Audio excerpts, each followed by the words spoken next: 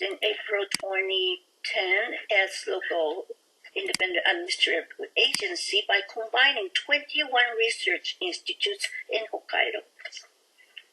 下の地図が北海道の地図になりますが、このように北海道の中に、北海道のいろんなところに散らばった形で研究所が存在しています。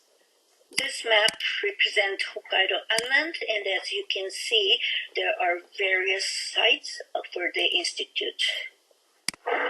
私たちのその、研究機構は大きく分けて4つの研究本部がありまして、1つは、農業で、2つ目が水産で、次が森林で、その次が工業環境地質で、4つ目が建築の4つの研究本部に分かれています。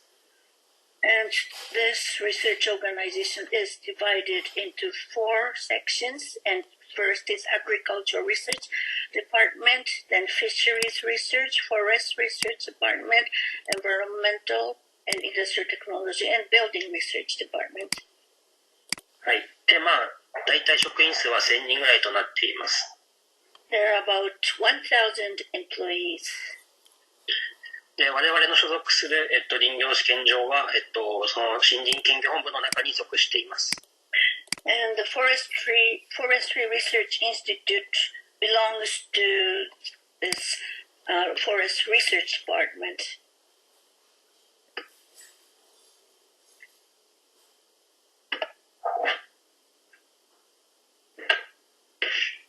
はい。で、その森林研究本部について説明します。Now I'd like to explain about the Forest Research Department. 森林研究本部は大きく分けて2つの研究所を持っています。And it has roughly divided into 2 research institutes. 1つは林業試験場、もう1つは林産試験場になります。First one is Forestry Research Institute, and another one is Forest Products Research Institute.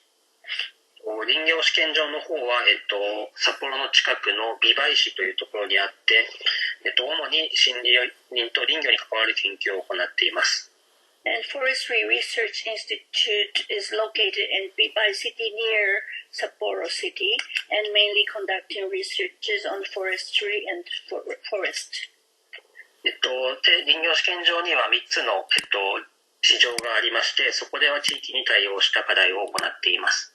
And there are 3 local research institutes under this organization, and they are dealing with the local issues. で、もう一つの研究所が林産試験場といいまして、北海道の北の方にある旭川市にあります。And another institute is called Forest Products Research Institute and is located in Asahikawa City, which is in the northern part of Hokkaido. で、林産試験場では木材、木製品、キノコなど林産物に関する研究が行われています。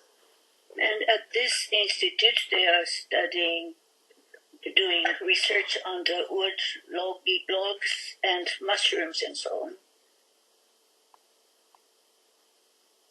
で、これが私たちの所属している林業試験場の空撮の画像です。This is the aerial photo of the Forestry Research Institute that we belong to. このように、畑に囲まれた中の、で、森林などの研究を行っています。As you can see, the building or area is surrounded by the field and also forests, and we are conducting researches here. で、林業試験場の中には、3つの研究部があります。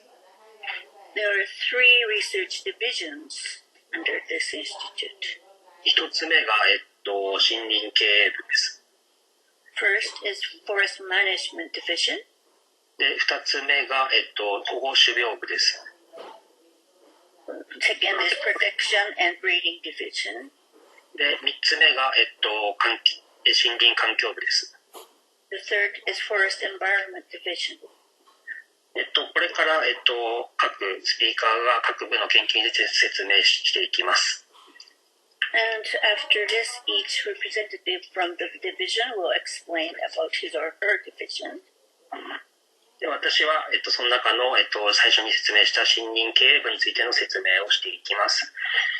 And I myself will explain about the research conducted at the Forest Management Division, as I explained at the beginning. で、私たちの所属する、森林経営部の研究項目は主に2つあります。The Forest Management Division has two main research areas. で、一つが、原木や木材製品の生産流通体制の効率化のための研究開発です。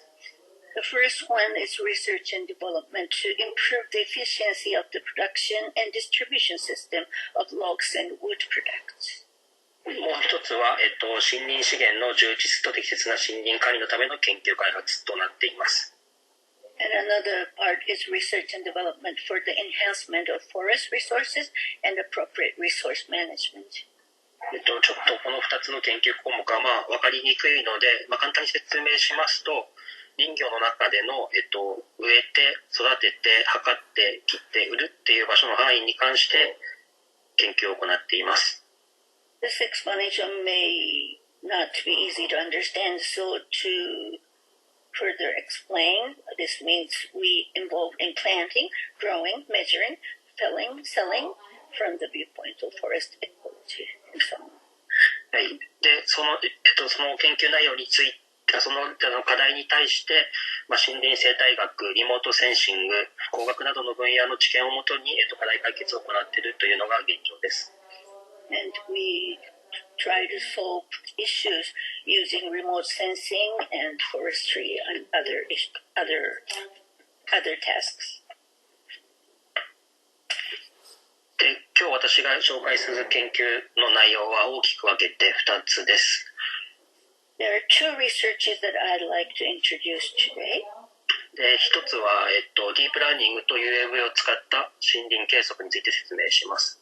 First, forest measurement using deep learning and UAVs. で、もう一つは、様々、違った手法を使った、樹高計測の仕方について説明します。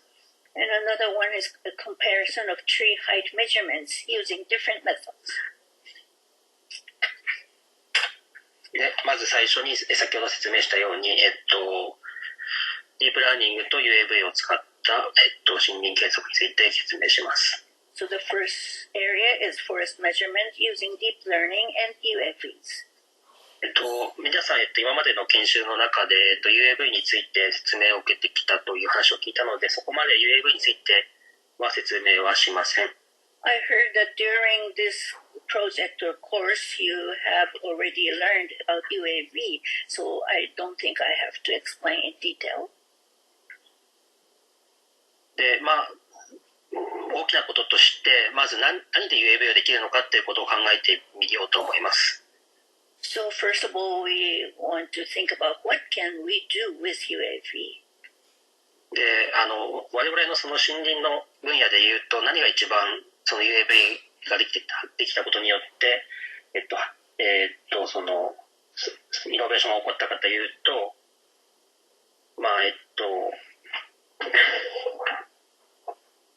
現在の状況を空撮することによってモニタリングすることが可能になったってことが一番大きな進歩かなと思っています。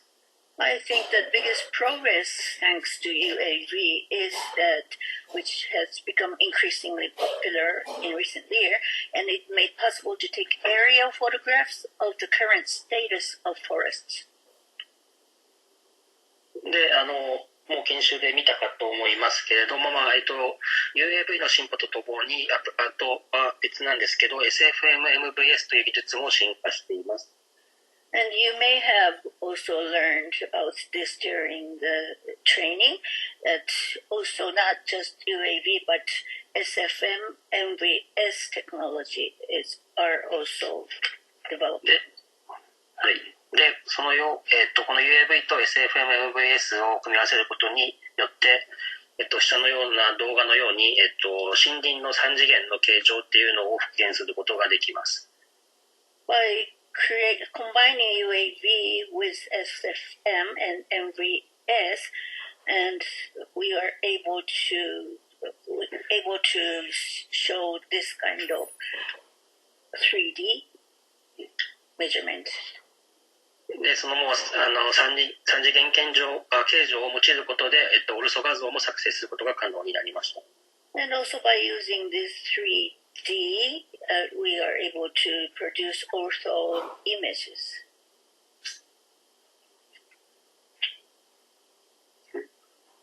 ということで、2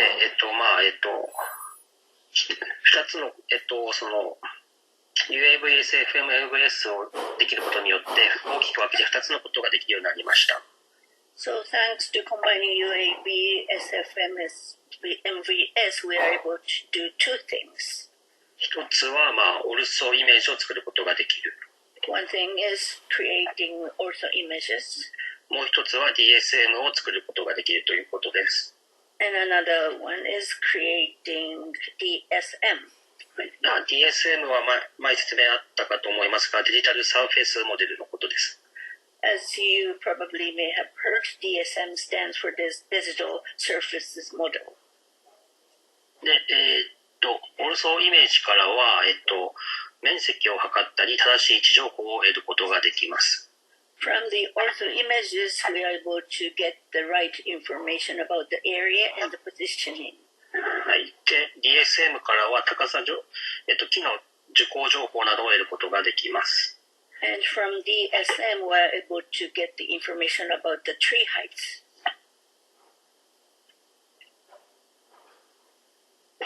なので、このように UAV から得られるオルソイメージと DSM、それとディープラーニングを組み合わせて機械学習を行うことで、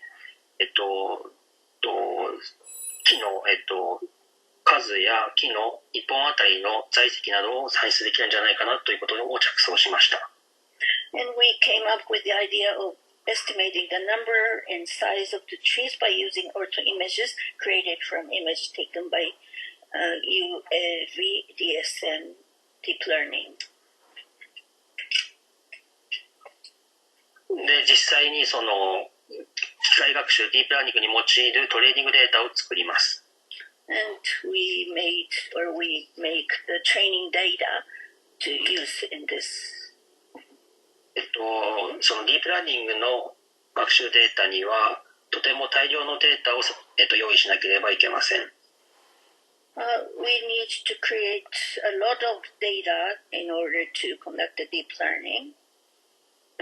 で、左の図のような形で、オルソ画像を呼び込んで、そこに手作業で1本ずつ、樹幹影をなぞるようにして教師データを作りました。And introducing the left-hand side data into the right-hand side to draw a line of the canopy edges by hand. で、右の図のように、ある範囲内において、樹種ごとに、樹幹形状を人の形で記録していくということになります。And as you can see on the right-hand side, the result of manually recording the crown shape for each tree in the ortho images for each species is shown here. で、次の段階で、その使った学習データを用いて、機械学習を進めていきます。And we conduct the machine learning using this data. で、まずその最初の説明であったように SFMVS によって、オルソフォトと DSM を作ります。As I explained, we use DSF using SFM and ortho images.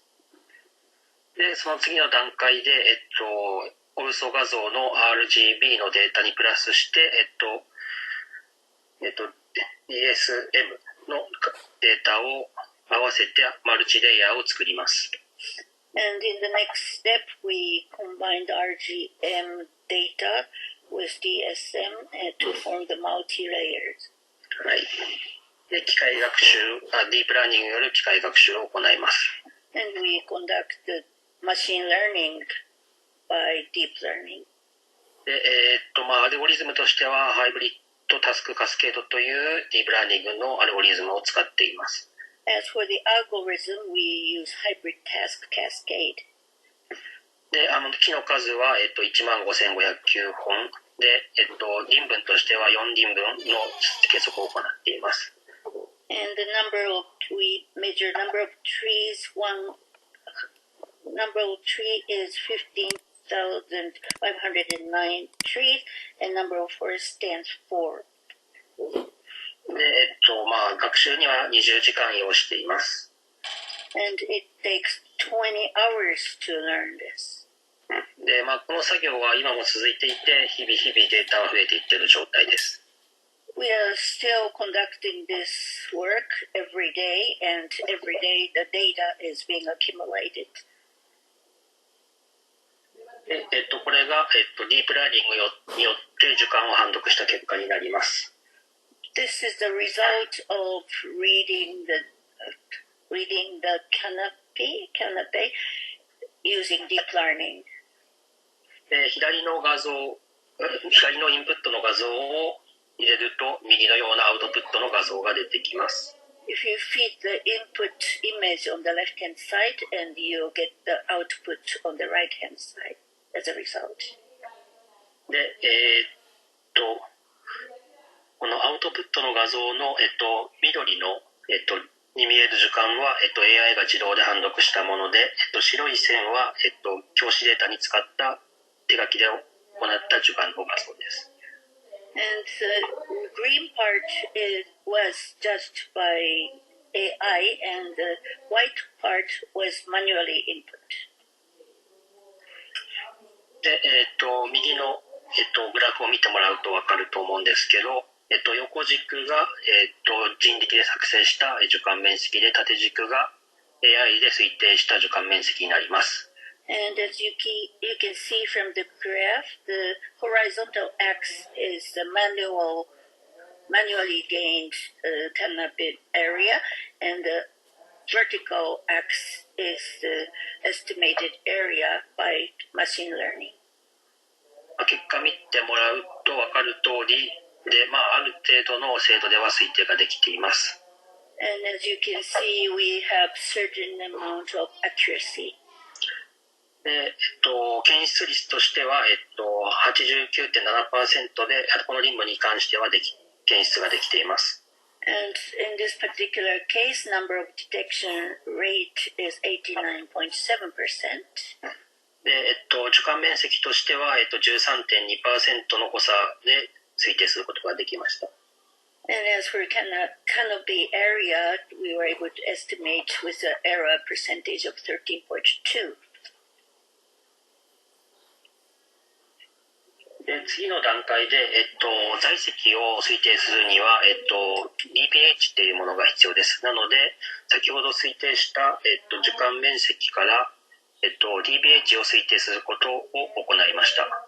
And in the next step, we need to estimate the DPH using the result before. で、モデルを作成する必要があったので、GLM を用いて、モデルを作成しました。And we created the model using GLM. モデル式が、ここに映しているような感じになります。And the formula is here, as you can see on the screen. で、その結果、樹幹面積と樹高説明変数として、強行直径が推定できることが分かりました。And we now know that we are able to estimate the DBH from the result. で、左の図は、樹幹面積と DBH の関係を表しています。And the figure or graph on the left-hand side represents the relationship between DBH and canopy area. この各点が打ってあると思うんですけど、この点の分の学習データを元にモデルを作成しました。And the model was created based on the dots on the right-hand side. で、DBH の推定の精度は 4.44 センチになりました。And the estimated accuracy of DBH is 4.44 centimeters. これはまだ、もう少しデータを加えることによって精度が向上すると予測しています。We assume that by accumulating more data, we will be able to attain further accuracy. ここで、ディープラーニングと UAV の話は終わりです。This will conclude the part about the deep learning and UAV.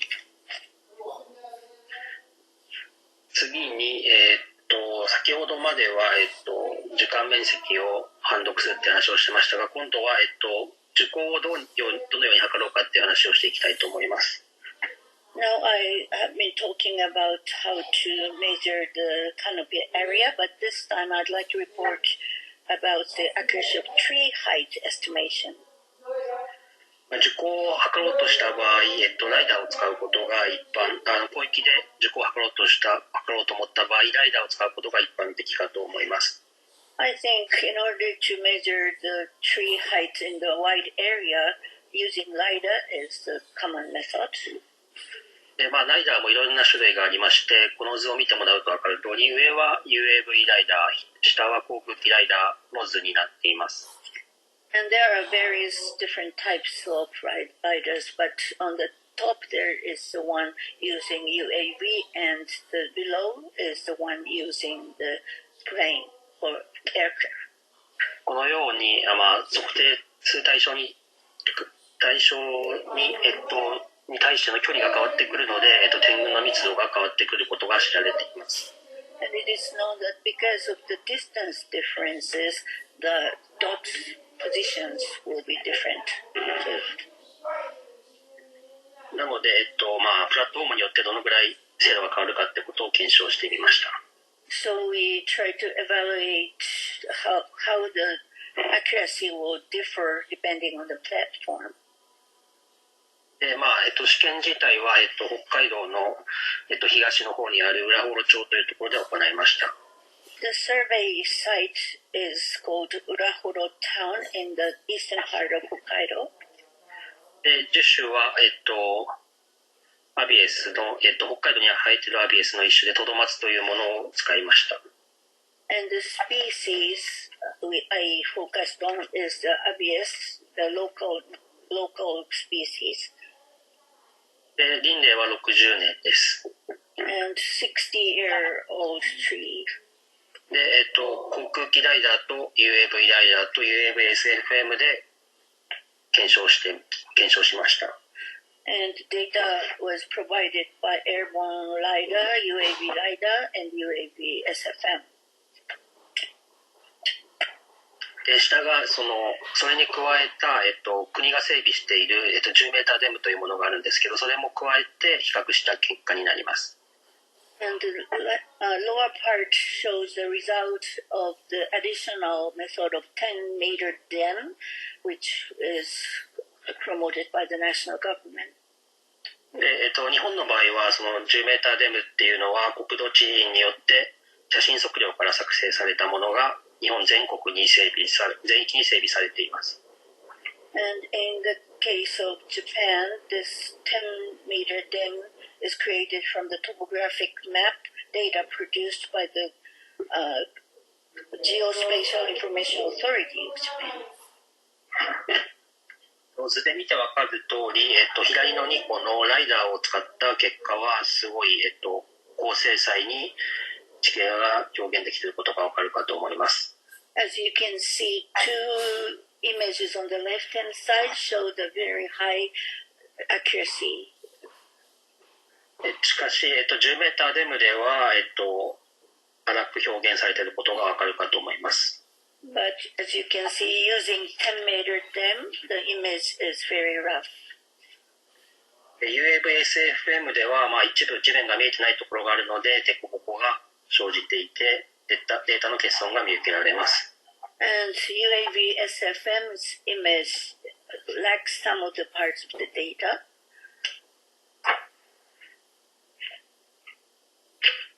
で、実際に、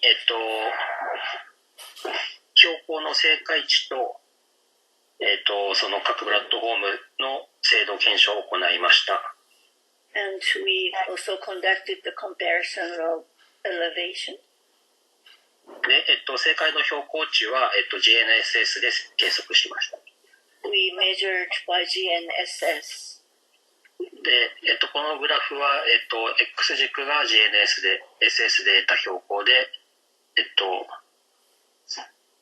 Y 軸が、各プラットフォームで取った手法を示しています。And this graph shows the x-axis by GNSS and y-axis by すいません、もう一回お願いします。Y 軸は各プラットフォームで取ったデータを示しています。Y-axis is showing the data from each different platform. で、先ほどもずっと同様なんですけれども、ライダーを使ったデータでは、地形が約 1.5 メートルの精度で計測できることがわかります。As you have already seen, that if we use the LiDAR, then we can measure 1.5 meters accuracy. ですが、10メーターデムでは13メートルと誤差が大きくなっています。But when we use 10 meter dam, the error ratio is 13 meters. で、UAVSM に関しては、あるところは良かったりもするのですが、あるところではすごいエラーが大きくなってしまって、結局誤差としては7メートルとなっています。And by using UAV-SFM, some of the parts are fine, but other parts are not accurate enough, so the error rate is about 7 meters. 次に、先ほどは地形のデータだったんですけど、そこから推定した、樹高の結果を示したいと思います。So this will conclude the topography, the data, but next I'd like to talk about the tree height. 樹高もほぼ同じような結果で、地形に依存して、樹高の精度が変わってくることがわかるかと思います。The result of comparison of tree height is also similar to the elevation, so this would also depend on the former data. で、ライダーのデータが一番精度がいいんですけど、だいたい精度が 0.9 メーター程度で推定することができたので、樹高推定には十分な精度があるかと思います。So again, LiDAR's data is accurate about 0.9 meters, so we can estimate the tree height good enough. これらの結果から、地形を正確に計測することで、樹高推定はできるんじゃないかなということが分かりました。This results show that by grasping the elevation or topography data, we will be able to also estimate the tree heights data.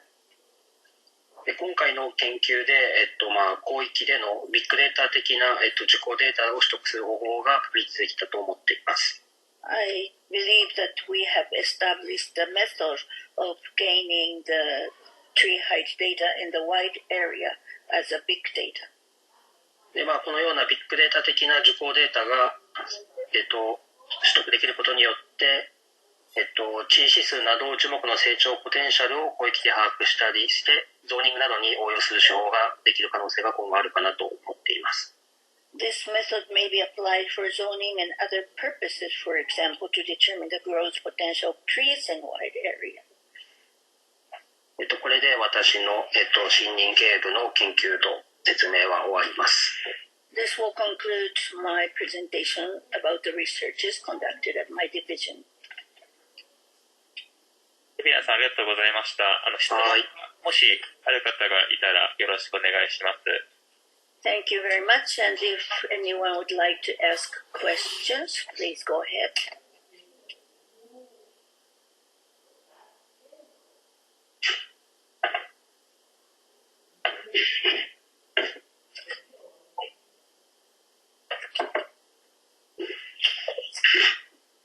質問はなさそうですかね。No questions? すいません、テニスと申します。はい、質問いいですか？はい、お願いします。はい、皆さん、このいろいろな教えていただいて本当にありがとうございました。First of all, thank you very much, Dr. Ebina, for the informative presentation.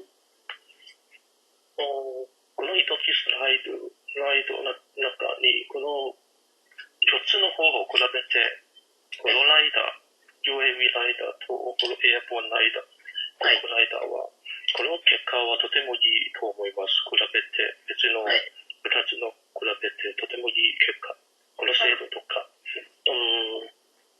My impression is that the comparison of four methods is very showing by slides is very good.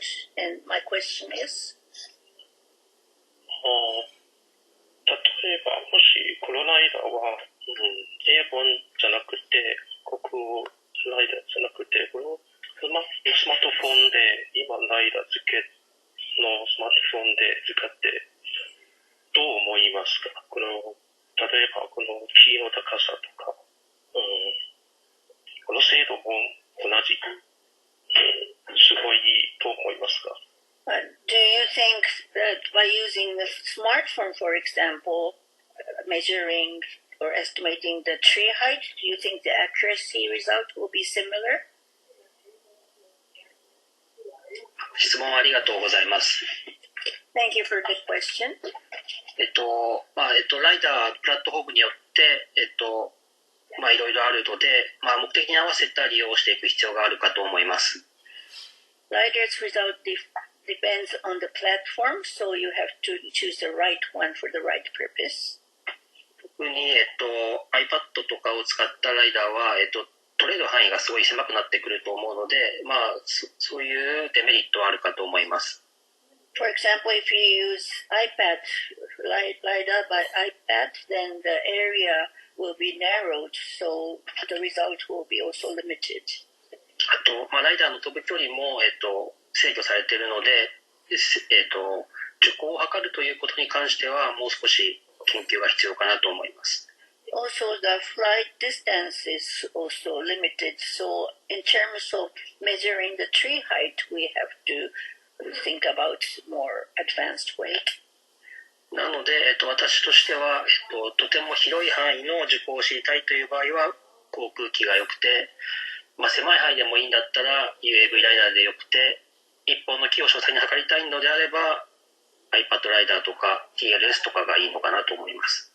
So my result is that if you want to measure the tree heights in the wide area, then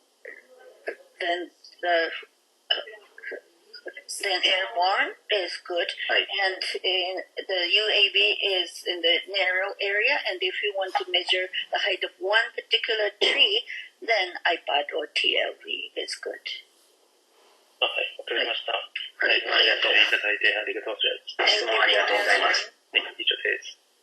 手を挙げてる方が一人いらっしゃるので、質問お願いいたします。Please ask the question. Yeah, good morning, Professor and everyone. Thank you very much for your interesting presentation. And I would like to have a number of questions. Would it be okay? Because I don't know about the time limitation that I can have. 大変興味深いプレゼンをありがとうございました。いくつか質問があるんですけど、それ全部していいですか？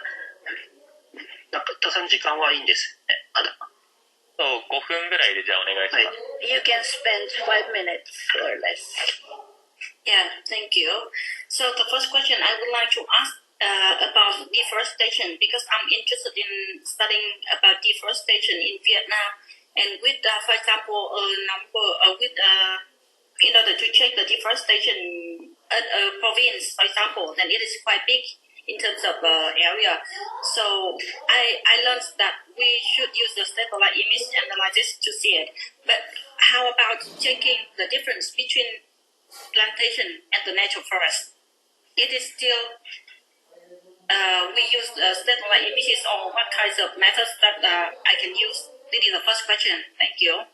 まず一つ目ですけども、ディフォレステーション、伐採ですかについて聞きたいんですけど、ベトナムでは県によってはかなりの面積がこういうことになっていて、で一番聞きたいのはこの自然林と人工林の違いということもこれって考えられるんでしょうか？どういうメソッドを使ったらいいでしょう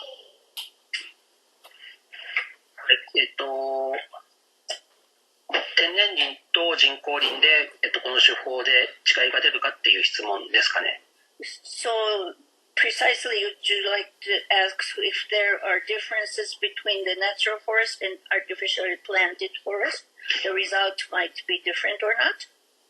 I would like to know how I can define from, for example, satellite emissions or whatever kinds of methods, because I'm a beginner in this area. So how can I define if this is the natural forest or plantation from the modern methodologies? Whether you can tell if it is artificial or natural or not? Yes, from, for example, on the provincial scale, it's not, I can go on the field and I can watch Okay, it. just a moment. Let me interpret this. 私はこの分野は全く初心者なので、疑問に思ったのは、そういう画像を見て、天然林か人工林かということは判別できるんでしょうか？ということだと思います。はい。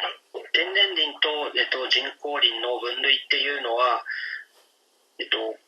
今回の結果からは難しいと思いますけれども、衛星のスペクトル画像とかを使うと判断できるんじゃないかなとは思っています。なので、もう少し色のついた画像、スペクトルの画像を使った方がいいかなとは思います。はい。For that purpose, I think you should use a spectral image with the color on it. This one is not suited for that kind of purposes. Okay. And the next question? Yeah, I would like to know, again, it's about deforestation, and now I'm interested in deforestation caused by coal mining. So I understand that there are two kinds of coal mining. The first one is open cut mining, and the second one is underground mining. So how can I check deforestation induced by these two kinds of coal mining? やっぱり森林伐採のことで炭鉱が及ぼす影響で露天掘りと地下掘りの違いとかそういうものの影響とかっていうことはどうでしょうか？そうですね。あんまりその炭鉱の影響みたいなのは日本では研究されているので分かんないです。はい、すいません。Thank you for the question, but unfortunately, this field is not studied in Japan. Not much studied in Japan, especially about the coal mining. けど炭鉱の緑化みたいな研究は少し行っていますね。However, これ露天掘りの後のっていう。露天掘りの跡地の緑化みたいな研究はうちでも行っています。But our division or institute is studying the effect or how to plant after the open cut mining. Yeah. Mm-hmm. Yes. Only that field, yes. Yeah, maybe I would like to ask about the email address of the professor or someone who can help me with that. I can write him or her later. Will be okay? じゃあその点について E メールで質問をしたいのでメールアドレスを教えてもらっていいでしょうか？わかりました。はい。どうにかして、はい、共有します。はい。Yes, we'll share that email address with you. はい。Yes, later. Thank you very much. Yes. ありがとうございました。質問がもう一人、ある方いらっしゃるんですけども、ちょっと時間が、少し押してるので、最後の総合討論のところで質問お願いいたします。I'm afraid time's up for this section, so please keep the question until the very last part when we have the discussion period. Okay, thank you. One question from me. Thank you for... This will conclude the question and answer session, so please ask at the very end of this entire afternoon. Okay? Ask question now or... Not now, but at the end of after all the presentations are finished. Okay, Or just, Okay? sorry, I think you can just put your question on the chat box instead. Okay, good. Okay. はい。チャットでも返します。He'll return the response if you send a chat. ありがとうございました。Thank you very much for listening.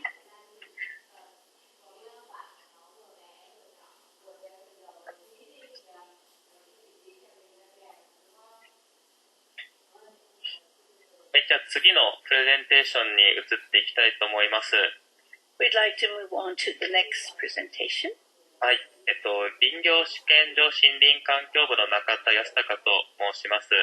私からは森林環境部の研究紹介と、私が最近行っている研究の紹介をしたいと思います。I'm the next presenter. My name is Yasutaka Nakata from Forest Environment Division of the Forestry Research Institute, and I'd like to introduce the research at my division and my recent research paper. 森林環境部では大きく分けて3つの研究を行っております。1つ目は森林の多目的機能を持続的に発揮するための評価や管理技術の開発です。The Forest Environment Division is engaged mainly in 3 studies. The first is the development of evaluation and management techniques to ensure the sustainable demonstration of the multi-phased function of forests. 2つ目は人工林における風討被害のリスク管理技術の構築。3つ目は水や土砂などの流域管理に関する研究になります。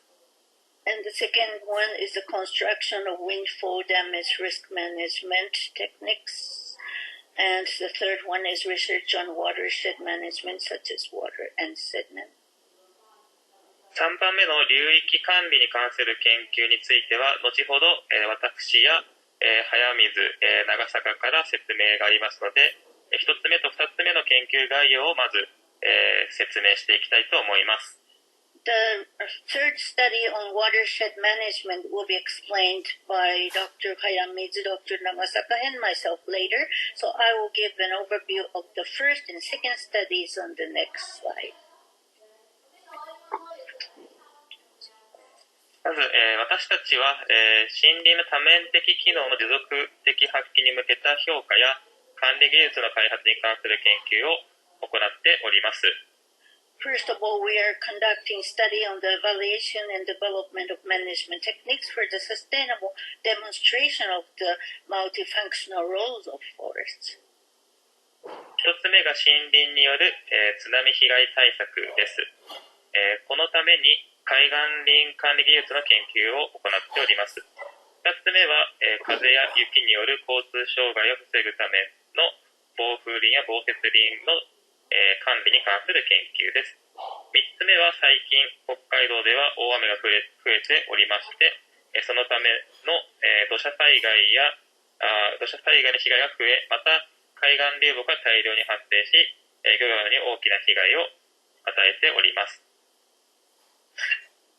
So the first one is a tsunami damage control by forest. For this purpose, we are studying coastal forest management techniques. And the second is study of the appropriate management of windbreak and snowbreak forests to prevent traffic disturbance.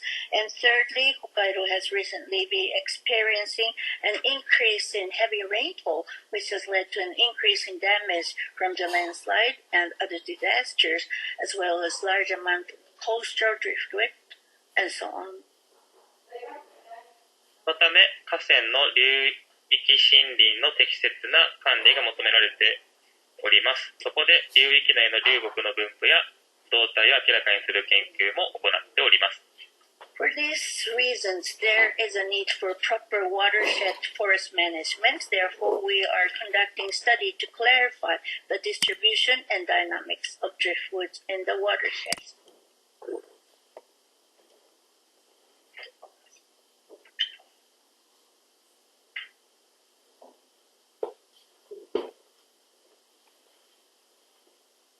このスライドは、人工林における、風当害リスク管理技術の構築の研究です。紹介したいと思います。This slide will introduce the research on the construction of windfall damage risk management technology in artificial forests. 最近では地球温暖化の影響と思われますが、北海道でも台風などの強風や大雨の被害が増加傾向にあり、人工林では風による被害が増えています。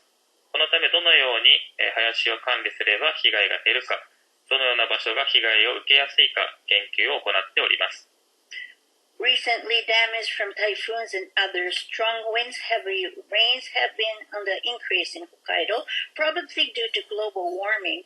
In artificial forest, wind damage is increasing. For this reason, we are researching how to manage forests to reduce damage and which areas are more susceptible to damage.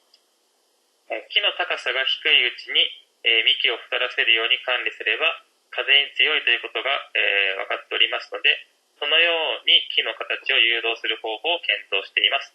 また台風は、進路の右側で被害が出やすいことから過去の被害例を解析し危険度マップについても作成しております。We know that trees are more resilient to wind if they are managed so that their trunks are thickened while they are still low. So we are studying ways to guide the shape of the trees in this way. And because typhoons tend to cause damage on the right-hand side of their path, we are analyzing past damage caused to create the hazard map. このスライドからは私が最近取り組んでいる研究を紹介します。高精度なドローンを使用して凍結融解作用に伴う崩壊斜面の地表面変化を観測した研究になります。From this slide onward, I would like to introduce the study I have been working on recently, and this is a study on the observation of Dira ground surface changing due to freeze-thaw action using RTK UAV. 本発表内容の詳細は、無料で論文が読めますので、興味のある方は、読んでみてください。中田リモートセンシングで検索すると、探せると思います。If you're interested in the detail of this presentation after listening to me, please read the paper for free. You can find it by searching the keywords Nakata and remote sensing. 日本の北に位置する北海道の厚真町を中心に2018年9月に地震が発生し約6000カ所の崩壊が発生しました。また本地域は火山灰土が厚く堆積しております。火山灰土で成長が良いカラマツなどが植林され林業が盛んに行われておりました。地震によりその多くが被害を受け森林再生が必要になってきております。In September 2018, an earthquake occurred in Atsuma, Hokkaido, located in the north of Japan, forming about 6,000 collapsed areas. The dominant surface geology is thick deposit of volcanic ash soils. Large and other trees that grow well in volcanic ash soil had been planted, and forestry was thriving. However, many of these trees were damaged by this earthquake, so reforestation is now needed. 本地域では、冬季に、気温が氷点下になり霜柱がたくさんできます。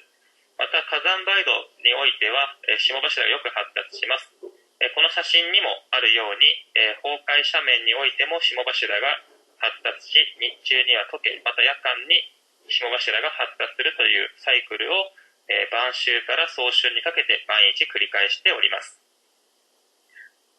And in this area, the temperature drops below freezing point in winter. Many frost columns form. In the volcanic ash soil, frost columns developed very well. As shown in this photo, frost columns form on slope failure sites.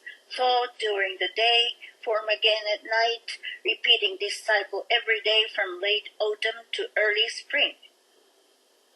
このような霜柱による凍結融解作用は植物の未生や植栽した樹木の成長に大きく影響します。なぜなら凍結融解作用で根が切断されることで成長に必要な水分をうまく利用することができなくなったり植物体を支持できなくなったり凍結することもあるからです。And the freeze-thaw action of such frost column is greatly affecting the growth of plants and planted trees because the cutting of roots by the freeze-thaw action prevents the plant from utilizing the water necessary for growth or from supporting the plant body, which may cause it to collapse. 凍結融解作用は秋から春まで発生するため約半年間、植物たちは影響を受けることになります。そのことからも、土砂移動や植物の成長に影響することがわかるかと思います。The freeze-thaw effect occurs from fall to spring, which means that the effect lasts for 6 months. This shows that the freeze-thaw effect can affect sediment transport and plant growth.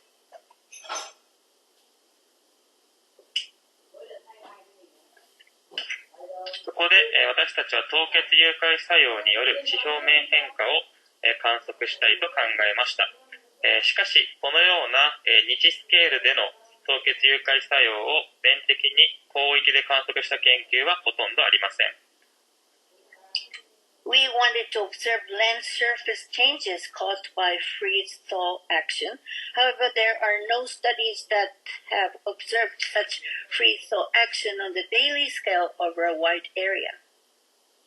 研究の目的としては2つあります。1つ目の目的としては、最新の高精度なドローンを使用して凍結融解作用に伴う地表面変化を計測できるか検証することです。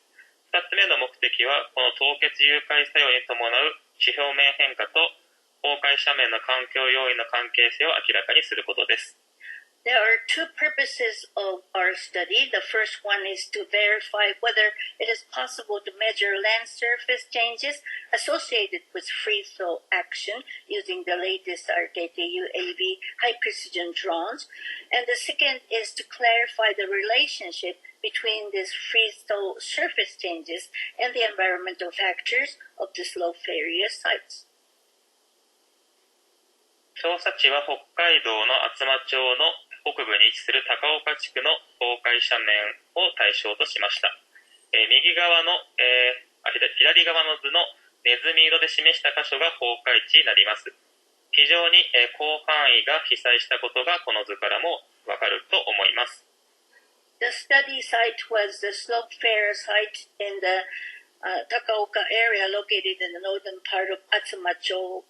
And the collapse area is showing gray in the figure on the left.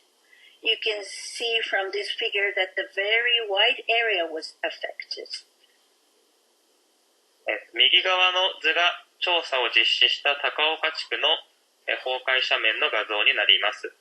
崩壊斜面の1は南向き斜面を意味しておりまして、崩壊斜面には北向き斜面になります。斜面の平均傾斜角はほぼ同じとなります。The image on the right shows the slope area site in the Takaoka area where the survey was conducted. Slope area site 1 is a south-facing slope, and slope area site 2 is a north-facing one. The average slope angles are almost the same.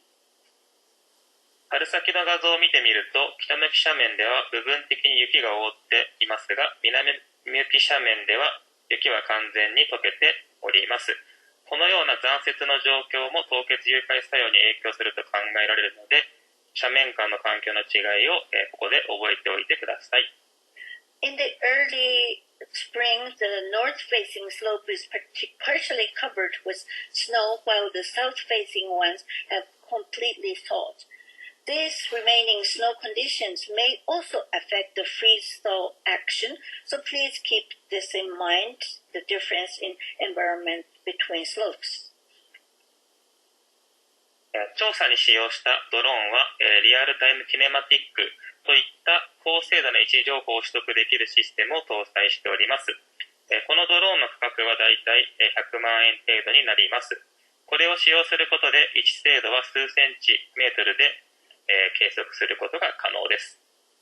The drone used for the survey is equipped with a real-time kinematic system that can acquire highly accurate location information, but the price is approximately 1 million yen. Using this system, the positional accuracy is said to be few centimeters. 右側の図に3次元モデルを作成する方法を示しました。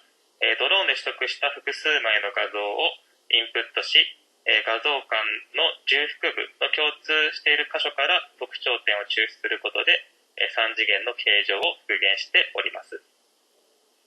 The figure on the right shows how to create the 3D model. The 3D shape is restored by inputting multiple images acquired by a drone and exacting feature point from the common area of overlap between the images. The image is quite similar to that 3D. イメージとしては、人間が3次元で物を見るときと類似しております。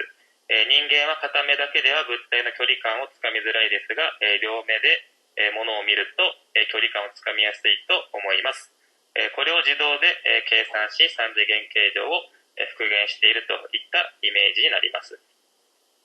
So in the case of human actually seeing the object in 3D, but for humans, it is hard to grasp the distance between objects with only one eye, but it is easier to grasp the distance when looking with both eyes.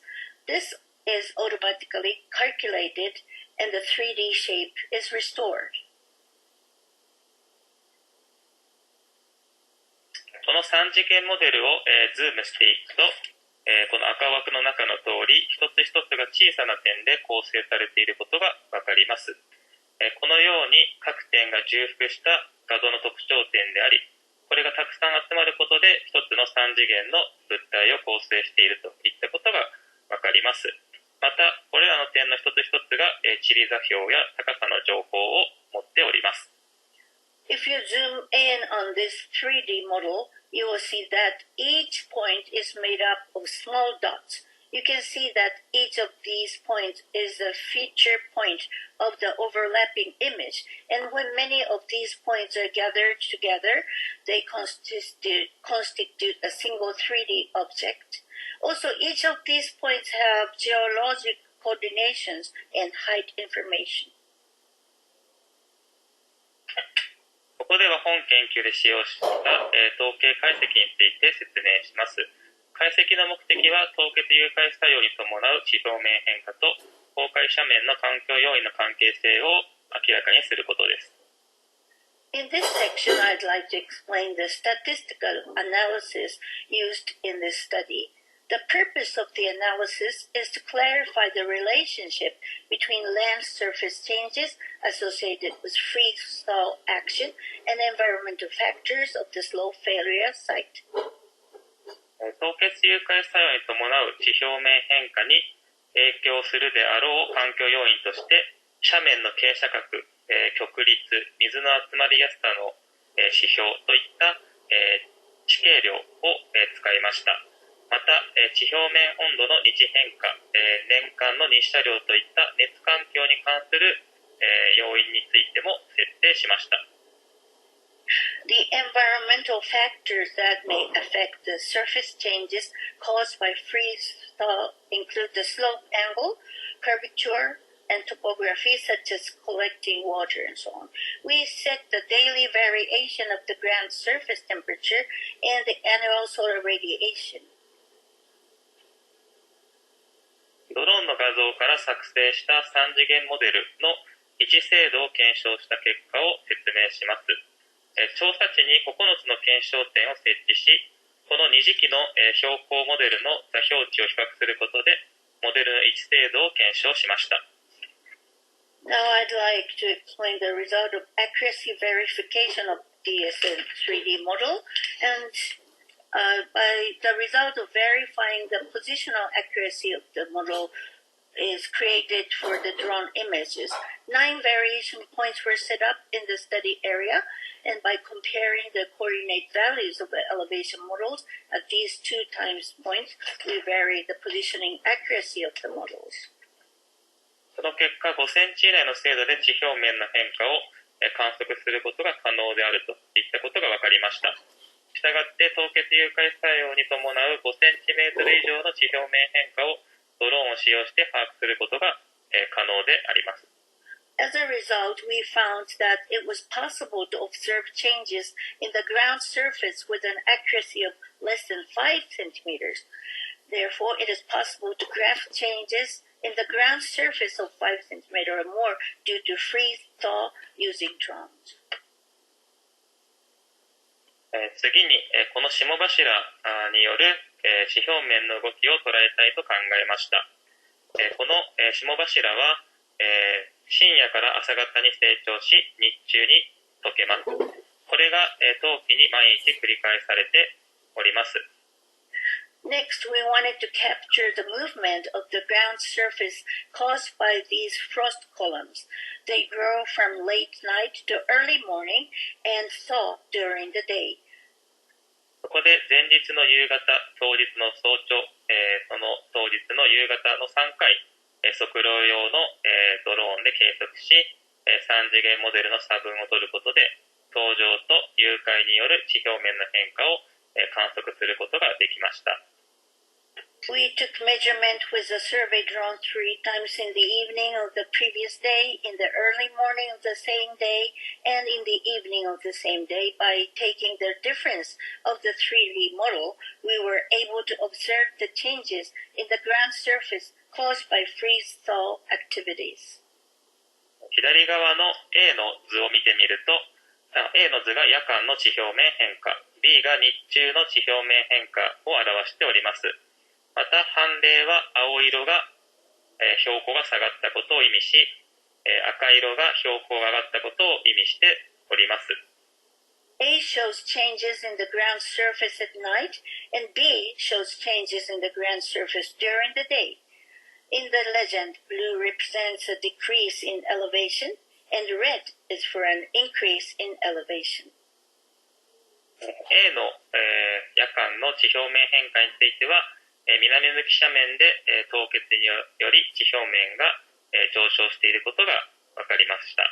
また B の、日中の地表面変化については、両斜面とも、融解により地表面が下がっているといったことが、この図から読み取れます。From this figure, we can see that the ground surface rises due to freezing on the south-facing slope at night. And as for the datum surface change shown in B, we can see that the ground surface has fallen due to thawing on both slopes. こちらの図は、先ほどの夜間と日中の地表面変化量を足し合わせ、凍結融解量を算出したものになります。その結果、南向き斜面の方が北向き斜面よりも凍結融解によりよく地表面が動いているといったことが分かりました。This shows the freeze-thaw amounts are calculated by adding up the nighttime and daytime land surface changes. As a result, it was found that the ground surface of the south-facing slope moved more frequently due to freeze-thaw than that of the north-facing slope. これは調査した春先には北向き斜面は雪に覆われており、雪の高温効果により凍結融解作用が抑えられていると考えられました。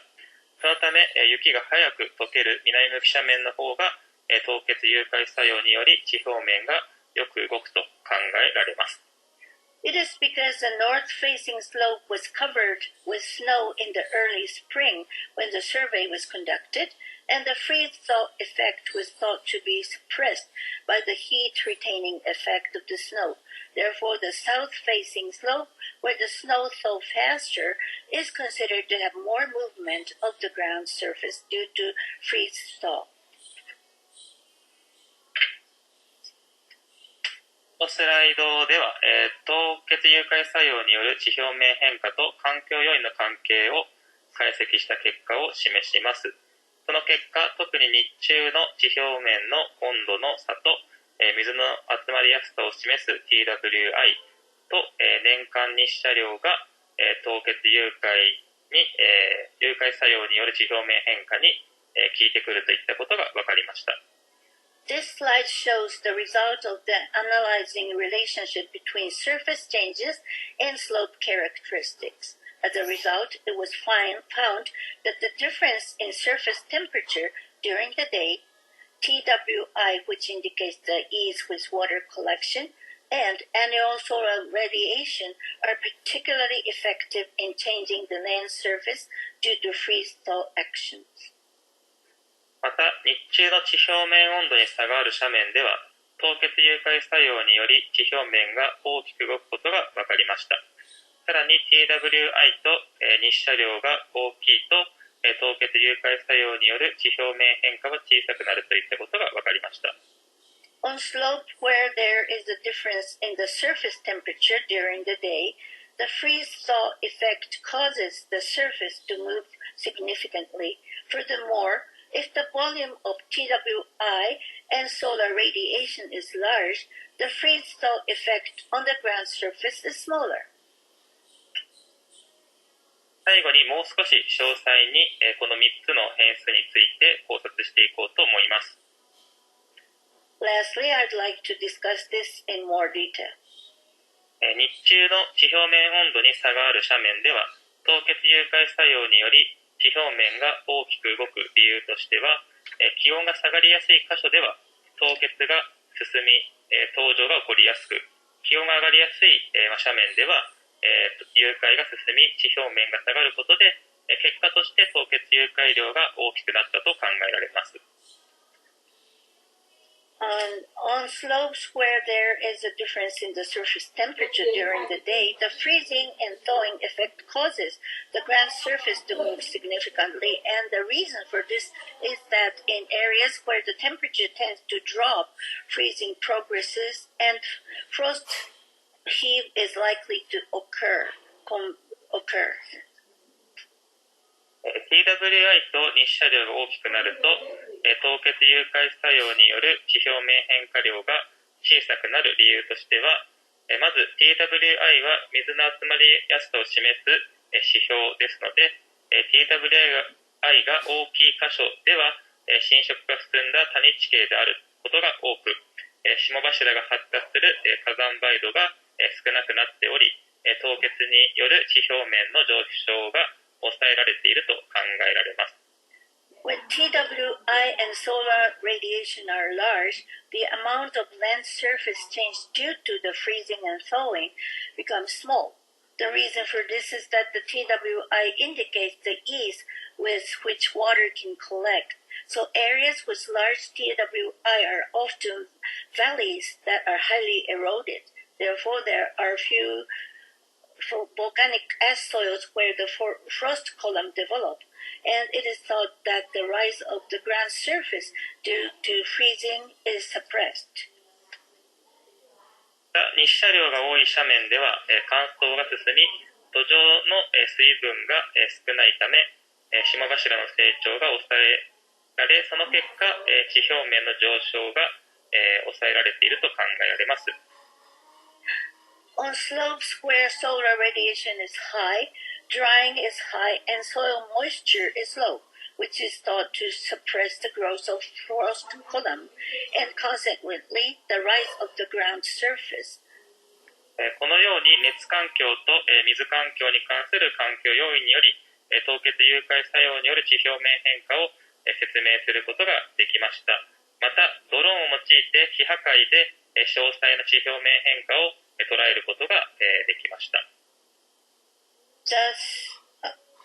Thus, environmental factors related to thermal hydrological environment were able to explain the land surface change caused by freeze-thaw effect. In addition, we were able to capture detailed surface changes in a non-destructive manner using a drone. 今後もこのような手法を用いて崩壊地でのモニタリングを継続し、土砂や植生の変化を観測していきたいと考えております。ありがとうございました。In the future, we would like to continue monitoring using such methods to observe changes in sediment and vegetation. Thank you so much for your kind attention. じゃあ質問を一つだけもしあれば受け付けたいと思います。At this time, we'd like to entertain only one question, if any.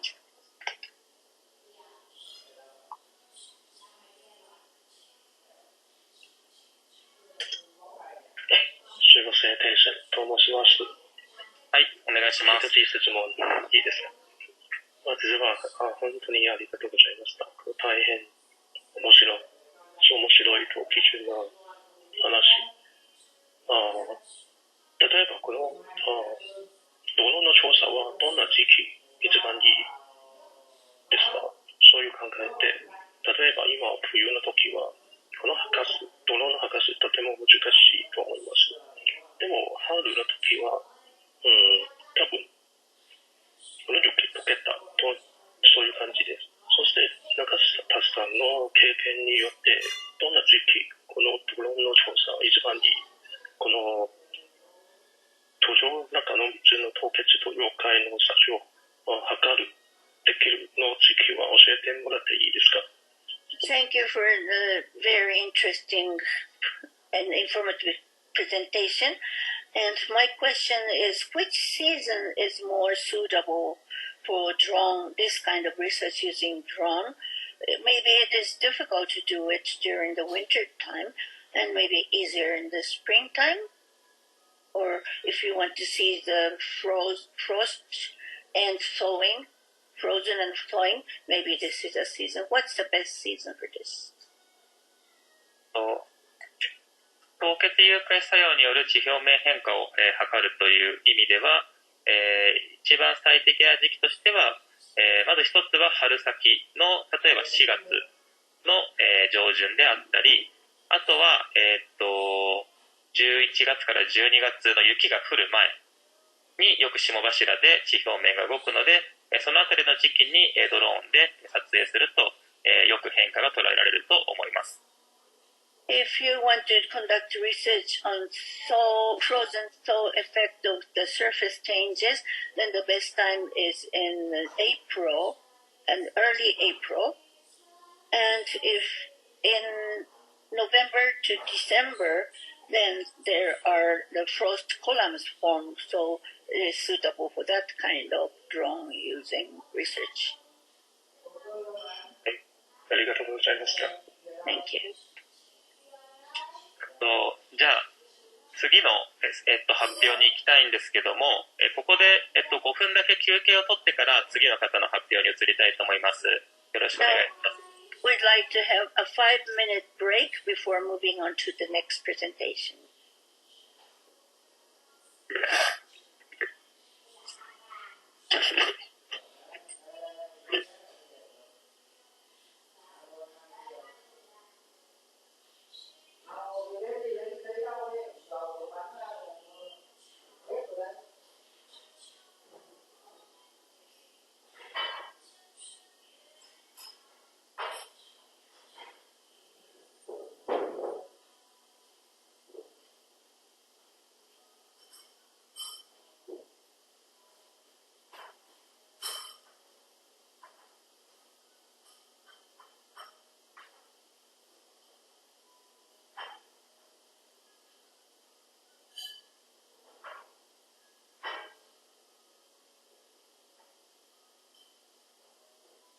すいません。は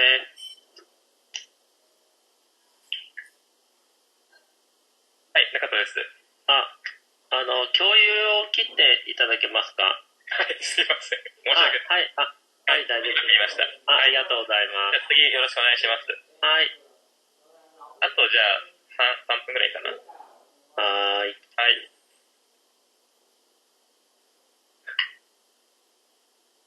これ皆さん見えてるのかな？見えてますよ。はい、ありがとうございます。はい。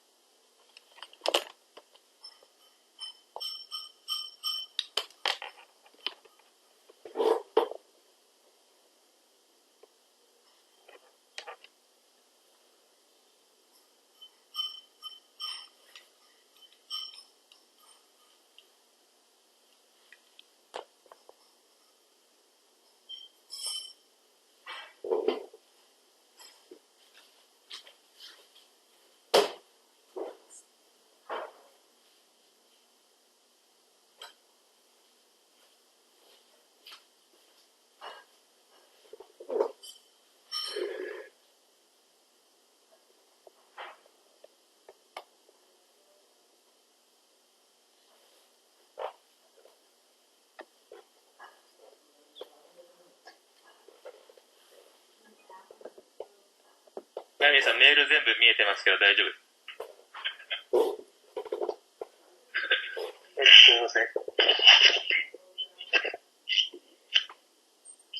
すべてが公開されてます。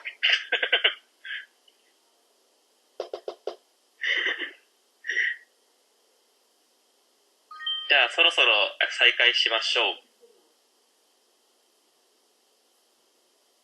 Shall we begin? はい。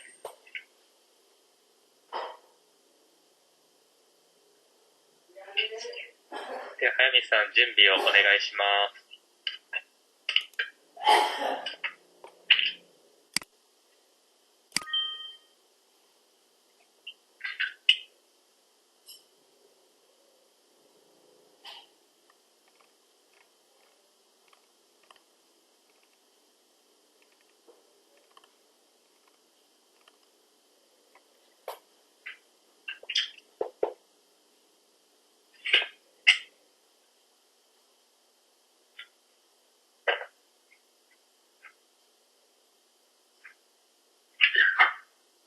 ハンプさん、繋がってることに気づいてないんじゃないですか。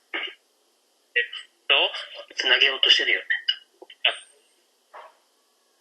繋がってるのに探してるパターンか。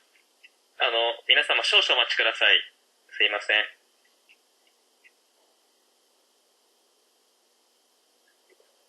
Please wait for a little while. Thank you.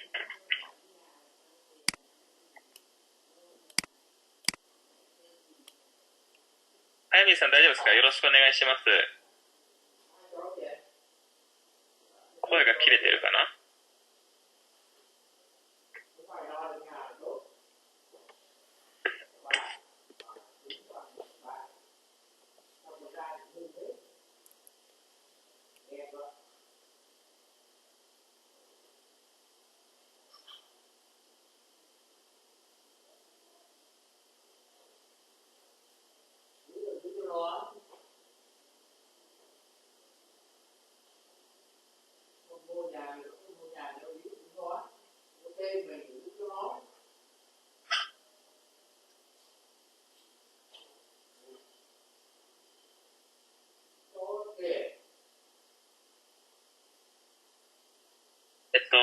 早見さん、一回、ズームを閉じていただいた。無理か。聞こえてないのか。あ、これでいけましたか？すみません。あ、大丈夫ですよ。今、聞こえてますよ。はい。じゃあ、お待たせしました。大丈夫です。落ち着いて発表してください。あ、はい、大丈夫です。はい。お願いします。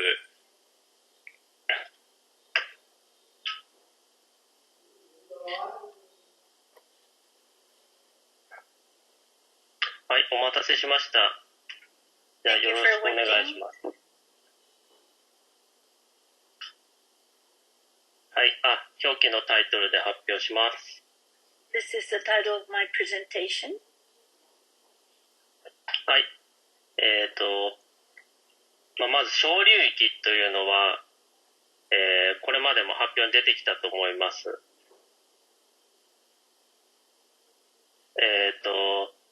例えば右の写真のように、土石流が、しばしば小規模から中規模なものが発生したりするようなところであります。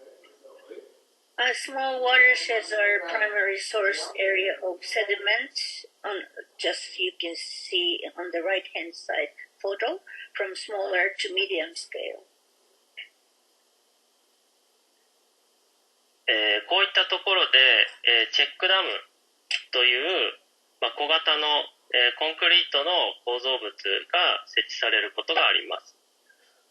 And sometimes check dam or erosion control dam, the small scale dams are constructed. はい、こちらの構造物は、土砂の、侵食を止めたり調整したりという機能があります。This kind of small scale dam controls erosion, stops erosion, and so on. で、背後にある森林を保全します。And this will preserve the forests behind. で、この私たちが研究している北海道というのは地産ダム、チェックダムが、たくさんあります。Many check dams are installed in Hokkaido, where we live. はい、このグラフは、その地産ダムの数を示したグラフです。And this graph shows the number of the erosion control dam or check dam. はい、3万5,000以上の、ダムが設置されています。As you can see, more than 35,000 dams of this kind are installed. しかし、この、設置された後、地形と植生の変化の仕方というのは報告が少ないのが現状です。However, few studies have been carried out on the effects of check dams after their installation. はい、そこで、今回私は2つのトピックを、ここのスライドにある2つのトピックを紹介します。Therefore, I'd like to introduce these two topics you are seeing on the screen. まず一つは左の、この土砂のコントロールと、森林の保全の現況把握の手法です。The first one is the sediment control and the forest conservation, grasping the forest conservation. で、次に、このダムを設置することでの生態系への影響評価に関する手法です。And next is the method of habitat fragmentation, inhibition of migration, and so on.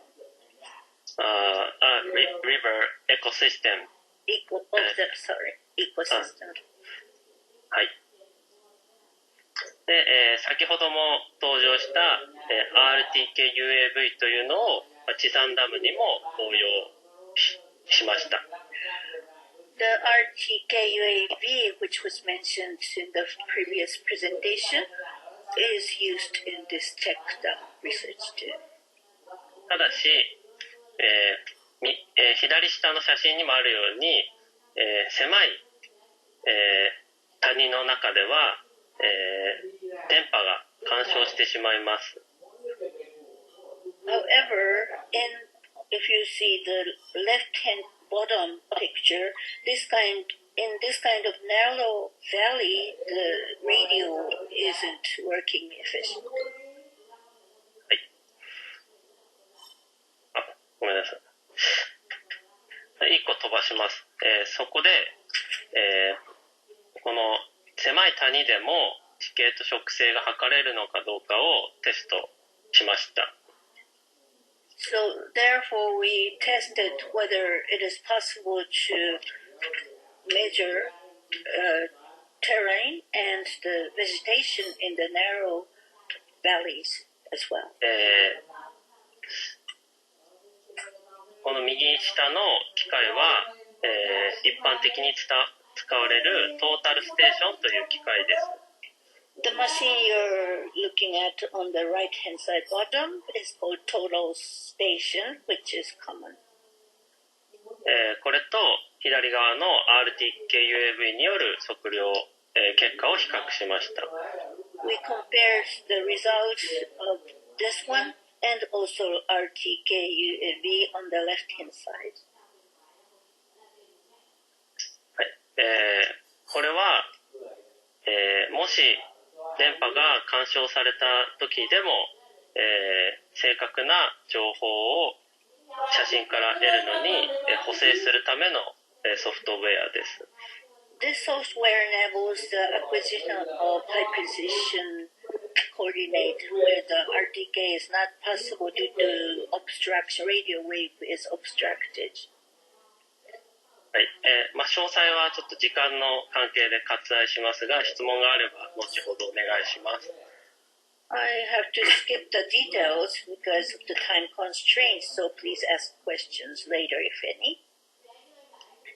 で、これは調査値になります。This This shows the study site. これは、調査地の夏の様子です。This is a summer image of the study site. 樹木が茂っているのが確認できると思います。You can see a lot of green and trees here. こちらが同じ地点の、春の様子です。This is the image from spring in the same study site. 見通しが、よく、地形まで少し、見えるようになっています。Without the green trees, you can see the terrain, so you see the terrain clearly. ここで、この赤い点は、検証ポイントの位置を示しています。And the red dot represents the verification points. で、各点をそれぞれトータルステーションと RTKUAV で比較した、結果が、こちらの表です。Comparison of RTKAV and station is represented in this chart. はい、Total station, sorry. トータルステーション。Yes. この結果、150メートルの飛行高度で、水平垂直誤差がいいということが分かりました。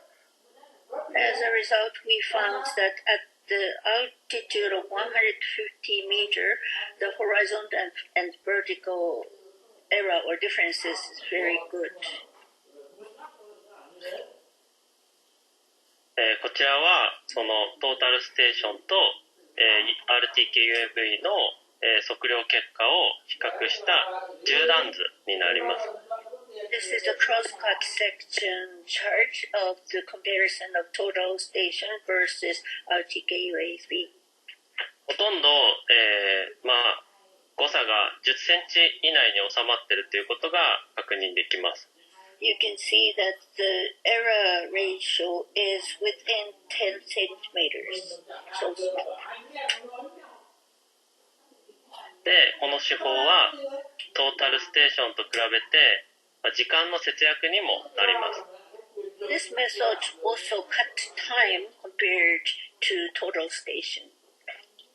そのため、RTKUAV というのは、効率よくしかも、高精度に、現場の状況を把握できると言えます。Therefore, RTKUAV provide us with the accurate information in an efficient way. でこれが実際に、RTKUAV でからの写真から作った 3D モデル、点群データになります。This is a ポイントクラウド。point cloud image created by RTKUAV. はい。そして、これが、デジタルサーフェスモデル、先ほども登場した、数値標高モデルです。This is the digital surface model, which was also mentioned previously. これを拡大すると、割とはっきりと地産ダムの周辺が映っているというのが確認できました。If you enlarge the part of it, we can see the part of check dam clearly. Area around the check dam clearly. はい。次のトピックとしては、ごめんなさい、時間の関係でちょっと、駆け足になります。次のトピックは、その、河川のエコシステムのインパクトをどうやって測るかという話をします。Let's move on to the next topic, and next one is how to measure the methodology for assessing the impact of check dams. はい。地産ダムを設置すると、特に川に住む生き物が、悪い影響を受けることがあります。When we install the check dams, sometimes the river lives will have the adverse effect by the dams. はい。で、それは遡上阻害といって、上流への移動が、たった数メートルでも、阻害されるということが分かっています。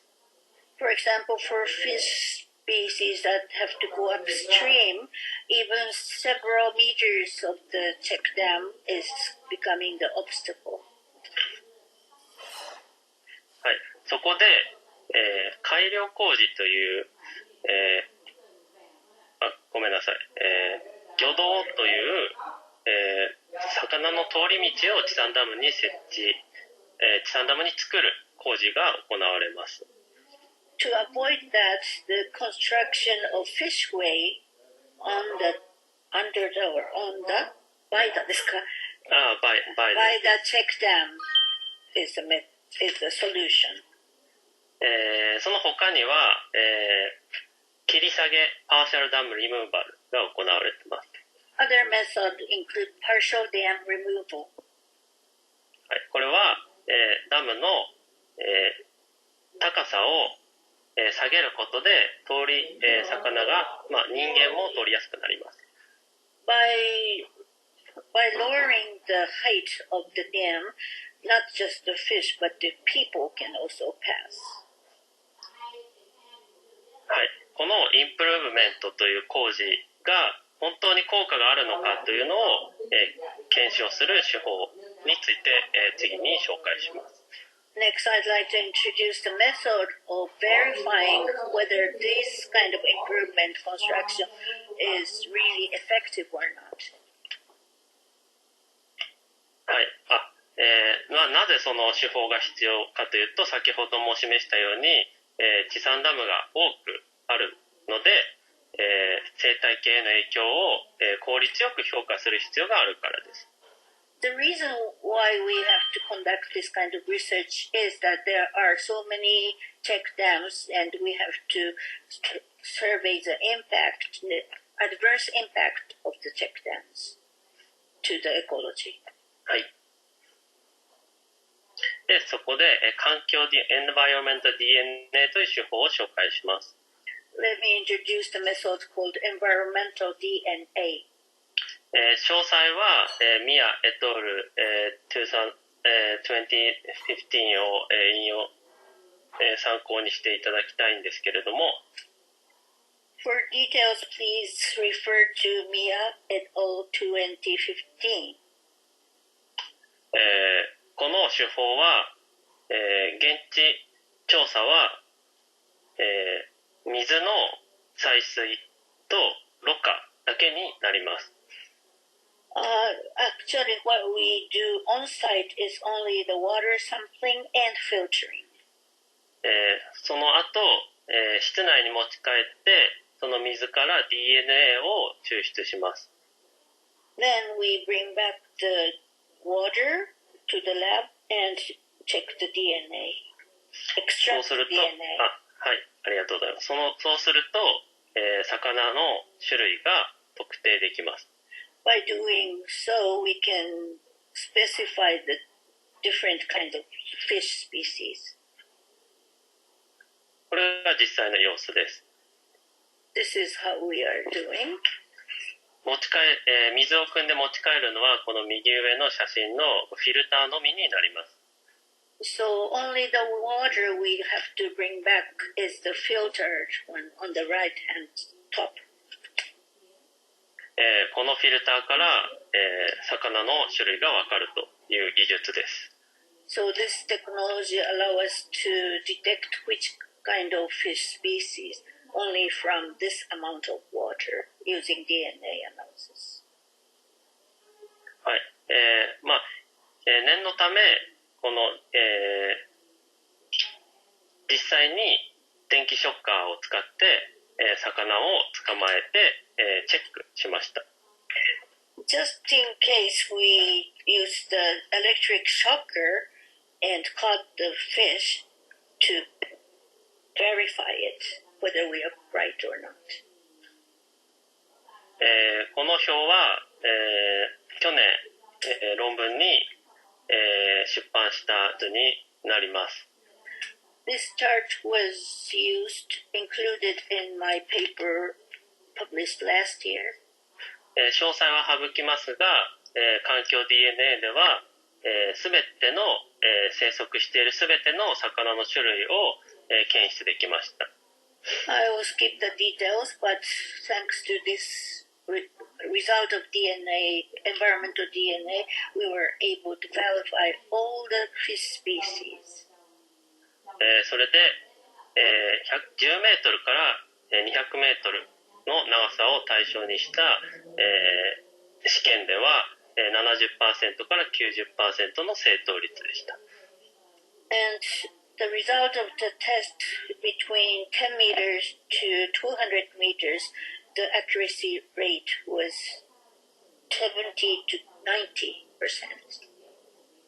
はい。ということで、環境 DNA は、水を汲むだけでかなり効率よく複数地点で、魚の種類の魚の生息状況を調査できる、かなり有効な手法であるということを言えます。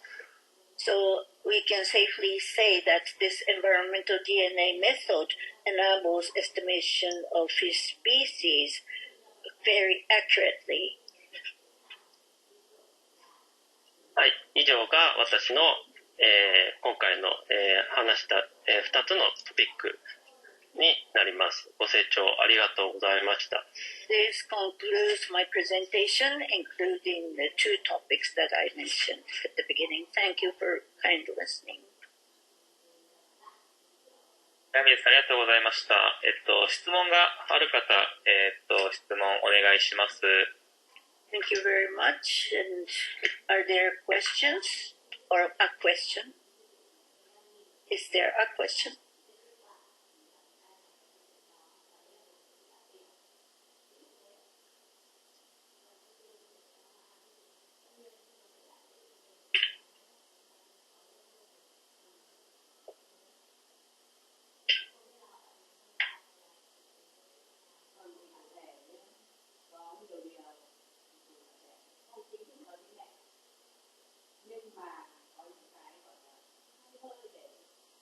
少し時間があるので、質問、いくつか受け付けたいと思います。We have some time left, so you can ask questions using this extra time.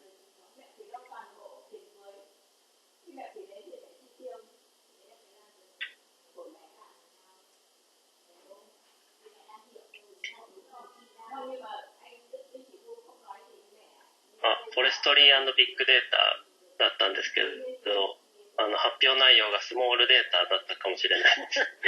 The title was Forestry and Big Data, so maybe the contents of presentation mentioned the small data rather than big data.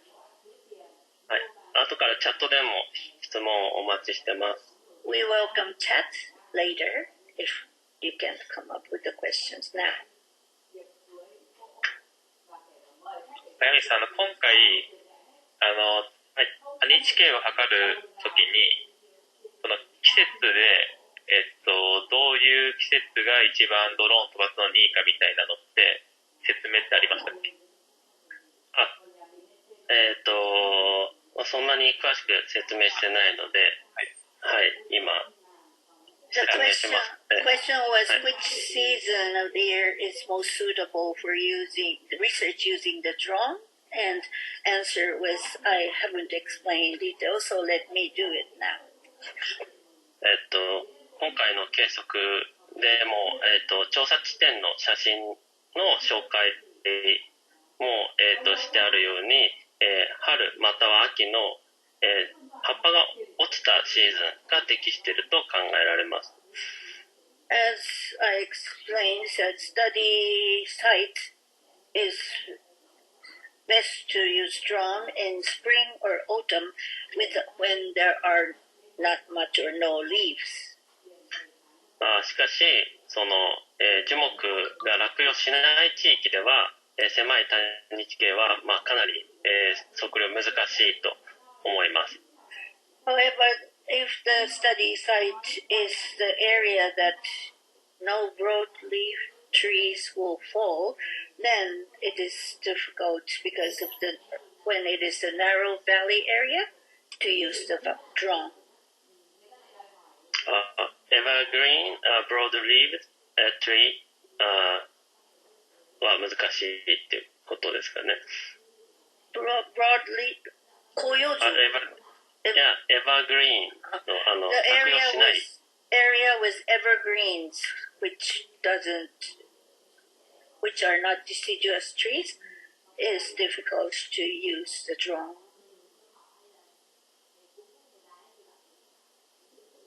他に質問ある方いらっしゃいますか？ Other questions?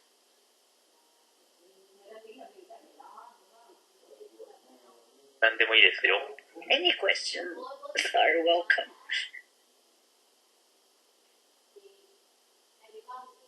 ちなみにもう一点だけじゃあ私から質問させていただくと、If not, let me ask another question.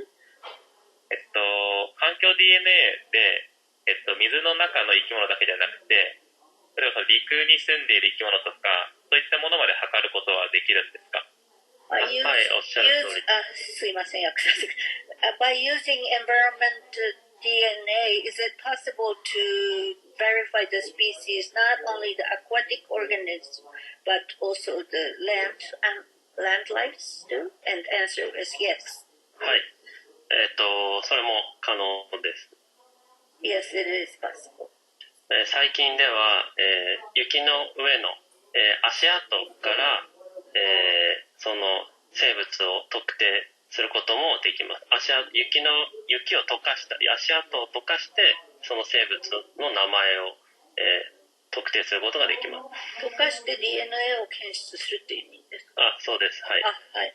And in the recent years, it is possible to use the footprints on the snow by thawing the snow to extract DNA, and by doing so, we can specify the animals or living land animals. なんか大気中からもなんか取れるって最近見たような気がする。はい。I remember seeing the information that even the aerial DNA could be possible to use. はい、おっしゃる通りで。Yes, you are right. まだ発展途上の技術ですけれども、文章1個おやしてください。はい。発展途上の技術なんですけれども、その空気中から、そこに、咲いてる、空気中に漂ってる花粉から種類を、植物の種類を特定することもできます。It is possible, although this is still in the development phase, but the technique basically can detect the species of flowers by the pollen floating in the air or atmosphere. ありがとうございました。海老名さん手を挙げているようなので質問お願いします。Thank you very much. Dr. Ebina, please. はい、水さんありがとうございました。環境 DNA のことで質問なんですけれども、そのデータベースみたいのがなきゃ利用できないのか、日本だとあると思うんですけど、海外でも同じような風に使えるんですかね、その技術を。My question is also about environmental DNA, and do you need the database? Of course, probably it's okay in Japan, but can people living abroad can also use this environmental DNA? はい、データベースは、世界中に公開されているデータベースがあるので、その検出した DNA を、その検索にかけるときに、使われるような、そのデータベースというのが、存在します。Actually, there is a database which can be approached worldwide, and if you search the DNA, you can use the database open to worldwide. Open data source. Open data source for worldwide use. ありがとうございます。はい、じゃあ、他にもし質問がなければ次の発表に行きたいと思いますが、いかがでしょうか？質問ありますでしょうか？ We can move on to the next presentation if there are no more questions at this point. じゃあなさそうなので、じゃあ早水さんありがとうございました。ありがとうございました。Dr. Hayamitsu. では次の、発表に移りたいと思います。Let us move on to the next presentation. しばらくお待ちください。Please wait for a while.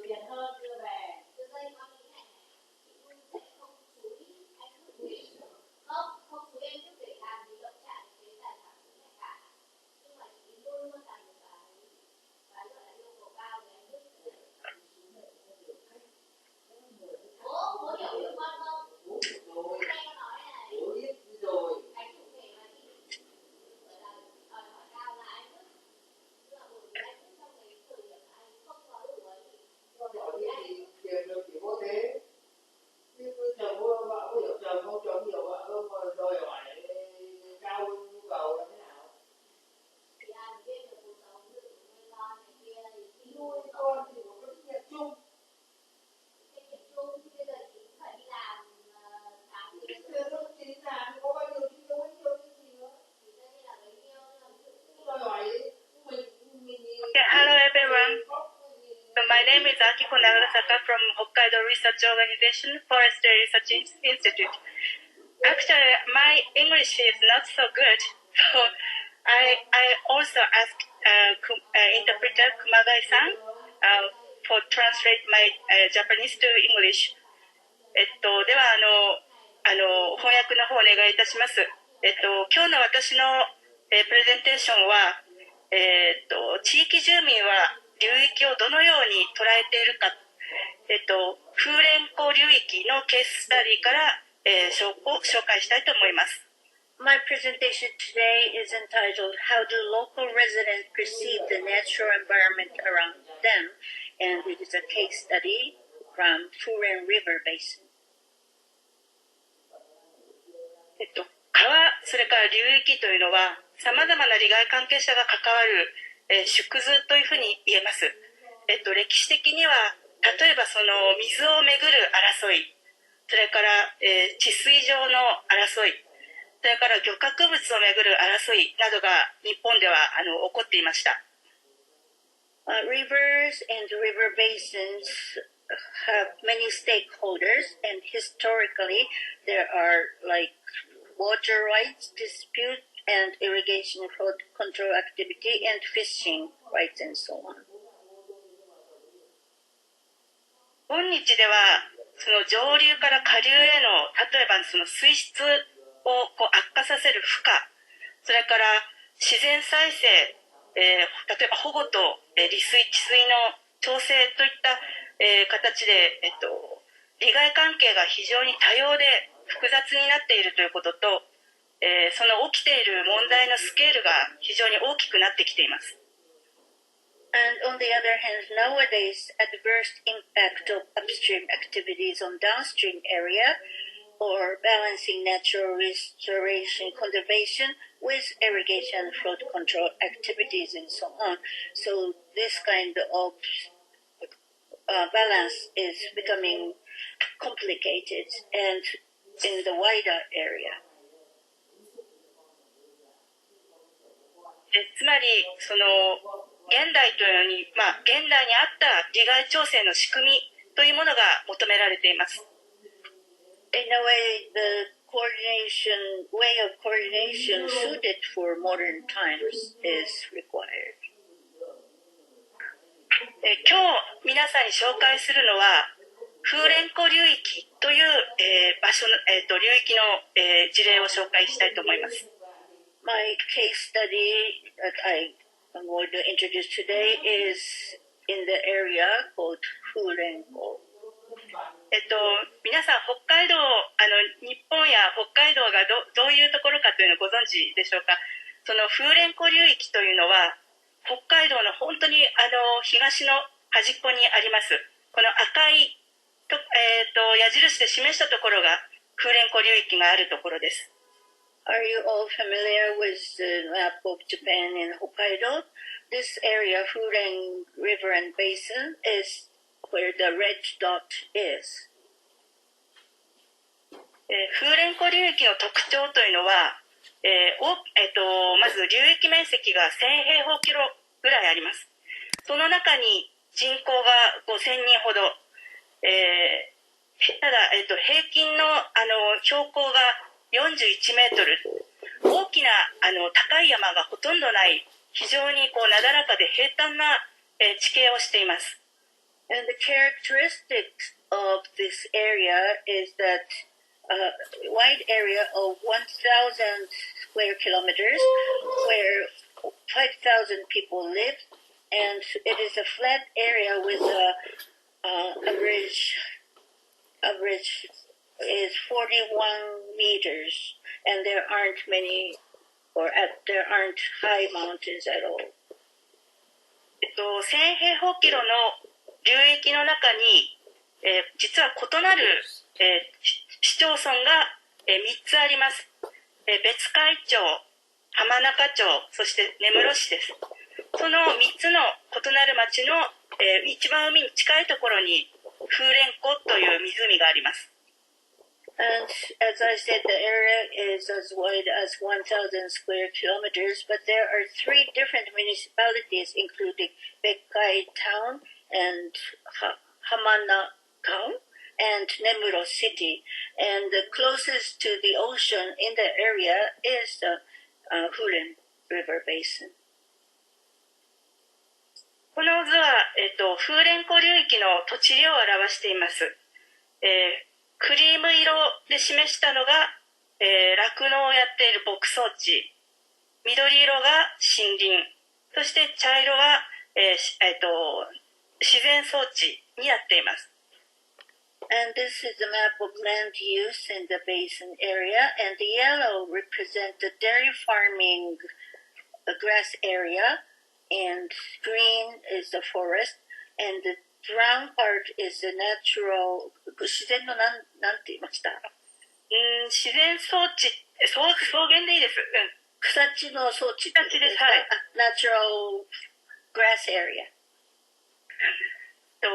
北海道のほとんどの地域は、流域の面積の7割ぐらいは森林です。ところが、この風蓮湖流域というのは、流域の半分以上が、実は、牧草地ということで、なだらかな地形なので、農地開発が広く進められてきました。And if you look at overall Hokkaido, about 70% of the basin area is the forest, but here near the Furen River, about half of it is dairy farming grass area, and because the land is very flat, this is a big agriculture area.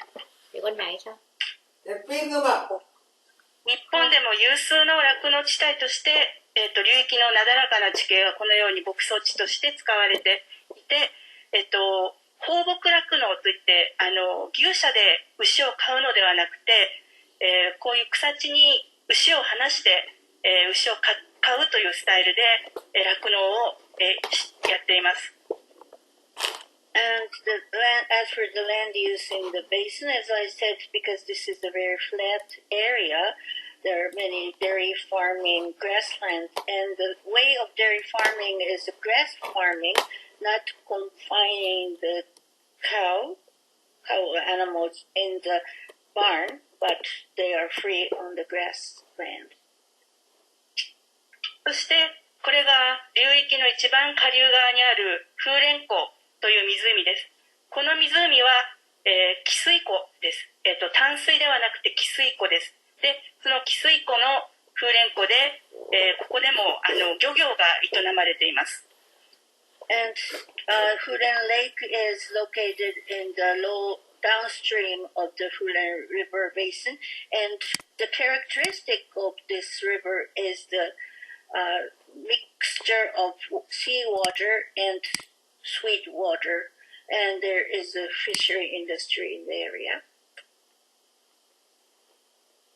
この写真のここの水の表面にちょっと線が入っているのを見ることができるでしょうか。Can you see the lines under the water?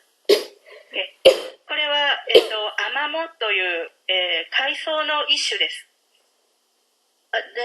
これ、養殖してるという意味ですか？アマモはね、いや、自然のシーグラスです。はい。These are called amamo natural seagrass. シーグラスは世界的には、いろんな海で減っていると言われているんですけれども、風蓮湖では増えているという非常に、特異的な場所です。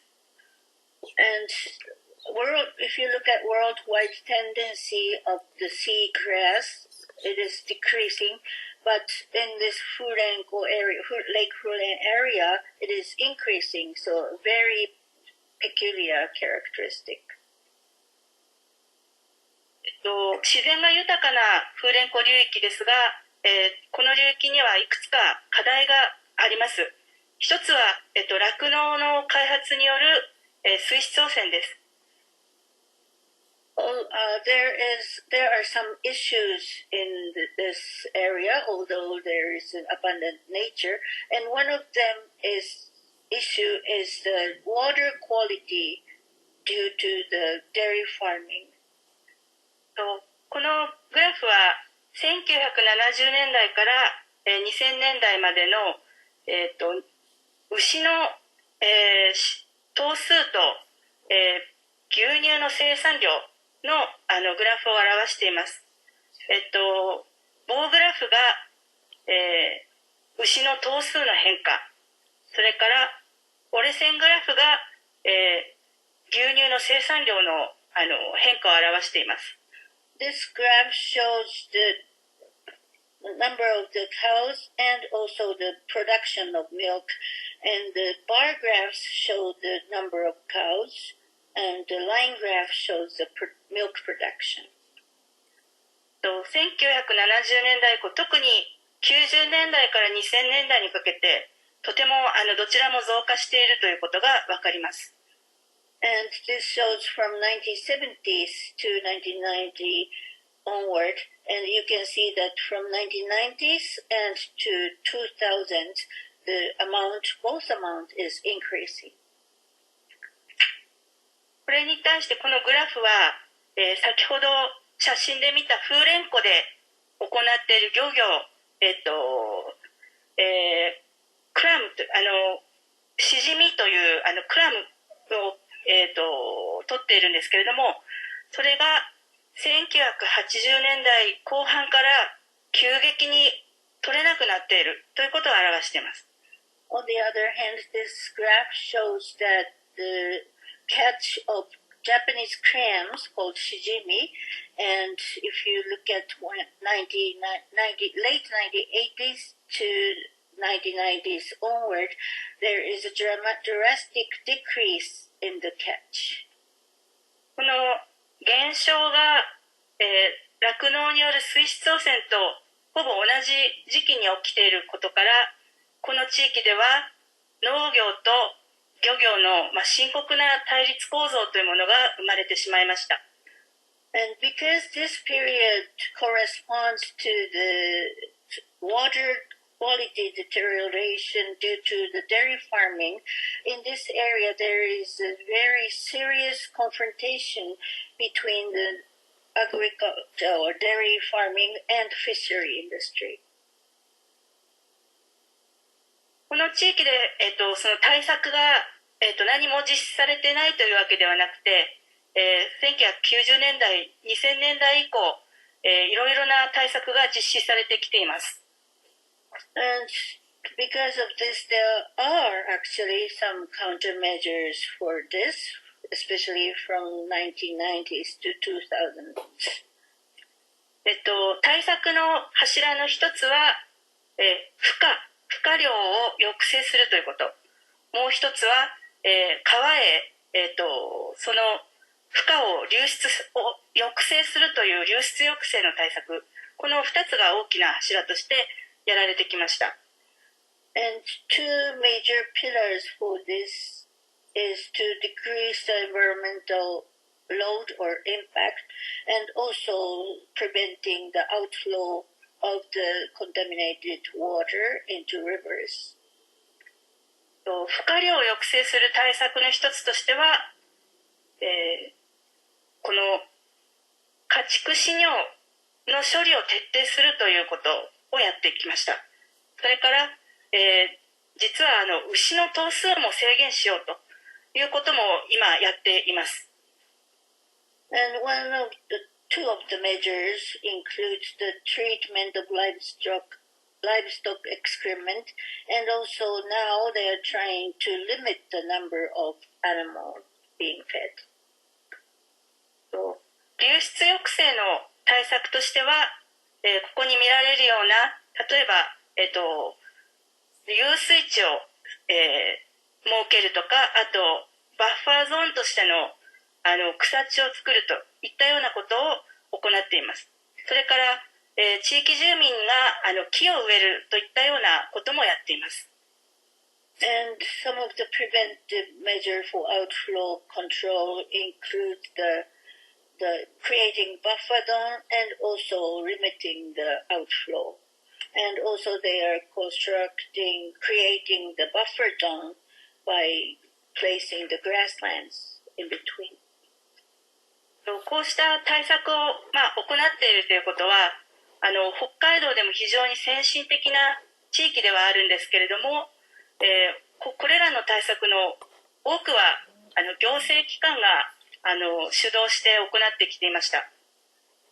And this kind of measures are actually the top of the Hokkaido countermeasure, but in actuality these are led by the municipalities or local government. そこで私のその興味としては、地域に実際に住んでいる方々、地域住民の方々はこの自然環境をどういうふうに捉えているんだろうかということです。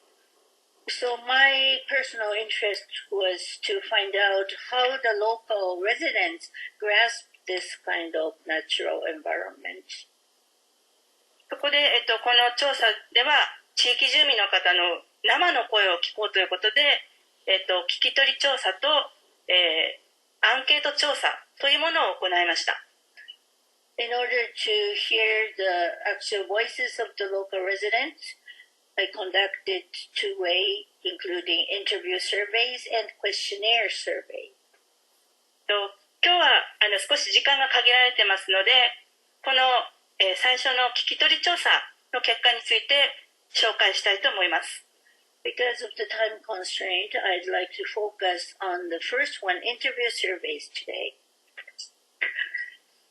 インタビュー、地域住民への聞き取り調査は、酪農家さん、流域の上流で酪農を営んでいる、酪農家さんと流域の下流の風蓮湖で漁業を行っている漁師さん、それぞれに対して、インタビューを行いました。The in-person interviews were conducted between first the upstream residents who are dairy farmers and also downstream residents who are of the Furen Lake area who are fishermen, people involved in fishery industries. これは両方とも私が直接会ってお話を伺ったという調査です。I personally interviewed both groups. 聞き取り調査をするときは、こういう聞き取り調査のシート、調査表というものを作って、それを持って聞き取り調査を行っています。I conduct in-person interviews using this kind of interview sheets. このインタビューというのは、自然環境について、自然体験ですね。地域住民の方の自然体験について聞く項目と、どんな生き物が住んでいましたかという、生き物について、問う項目で構成しています。そして、この項目以外にも、地域住民の方から面白い話題が出てきたら、この調査票の中身にこだわらずに、どんどん話を続けるという形で、インタビューを行いました。And the interview sheet consisted of the questions on nature experience and environment change, and as well as questions on local plants and animal life. And also there is a search section in which they can answer freely, and I could continue the interview. こうやって、聞き取った項目をもう全部書き取って、こういうワークシートを作ります。で、ここで見ていただきたいのは、一番左側にあるフリーレスポンスという項目です。右側ですか？右です。はい。I created this kind of worksheet from the interviews, and I'd like you to focus on the very right-hand side, which is called free response column. この自由に回答された、地域住民の方が自由に語った言葉というものを、これから先に述べる解析に使うことをしました。地域住民の方がどういう言葉で、どういう単語を使って、身近な自然を語るのかというものに着目したわけです。And I collected all the words that were used by the local residents during the free response. And I used this for analyzing what kind of languages or words they use to describe their environment or nature. その解析の方法はテキストマイニングという方法を使いました。まず最初に、先ほども話しましたけれども、地域住民の方がよく喋る言葉を抽出するという、作業を行いました。And the method of analysis is by text mining. And first thing I did was to extract frequently appearing words after the interview or conversation. そしてその頻繁に出てきた言葉を使って、コレスポンデンス、解析という解析を行いました。これは、回答者の人がどこに住んでいるかという居住地域と何を語っているかという品質語の関係を、解析するということを行っています。And after extracting frequently appearing words, I conducted the analysis using corresponding analysis method and to find out which interviewees live in which area and what kind of words they frequently used. そして、そのよく出てきた言葉が似ているかそうでないかというものを、クラスター分析という方法で、解析を行いました。After that, I conducted the cluster analysis to find out whether the word usage was very similar or not. 今日私はこうやって英語でお見せしていますけれども、英語でもできます。この解析はできるし、日本語でもやることができます。私のその解析は日本語の、テキストマイニングを行っています。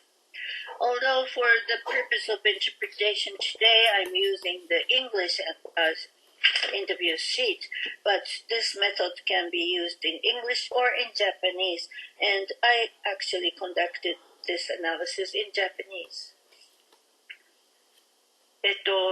その結果をまずちょっと紹介します。どんな言葉がよく語られたかというのを、今回の解析では、上位150を抽出するという作業をしました。で、それらは名詞とかですね、固有名詞、動詞など、そういうものをこういう形で抜き出してランキングを、作ることができます。And I selected top 150 words that were frequently used by the interviewees and distinguished between nouns, proper nouns, verbs, and so on.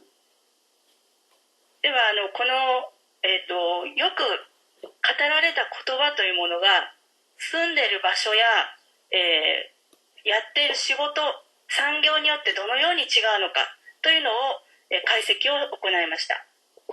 And I also analyze what if there are differences between the residential area and also the industry they are engaged in. これが実はその解析の結果を表しています。コレスポンデンス解析という結果で、なんですけれども、四角は、その回答者が住んでいるところを表しています。これが風蓮湖の河口の近くに住んでいる、漁師さん、そしてこれが酪農家さんだけれども浜中町に住んでいる方々、そしてこれが酪農家の別海町という違う町に住んでいる方々を表しています。そして丸が、よく語られた言葉ですねをそれぞれプロットされています。丸が大きいほど、語られた回数、頻度が多いということを表しています。And the square shows the area they live in. On the left-hand side, there are fishermen living around Lake Huren. And also the round one, like bubble, are from Hamanaka town and Bezka area, two different areas. So I plotted them. And also the size of the bubbles represent the frequency of the particular word they used. これを見ると、まずこの横の軸というのが、漁師さんと酪農家さんで語る言葉が完全に違うということを表すことができました。そして縦の軸は酪農家さんの中でも浜中町の方が語る言葉と別海町の方が語る言葉というものをもう完全に違うよということを、表しています。The horizontal axis shows that the word frequently used by fishermen and by dairy farmers are totally different. And also the vertical axis show that even among the dairy farmers, people living in Hamanaka town and Betsukai town use totally different vocabularies. この解析でまず分かったことというのは、酪農家さんと漁師さんの、自然観、語る言葉というのが全く重ならなかったということです。And we found that dairy farmers and fishermen do not share a common vocabulary, which means no overlapping between them.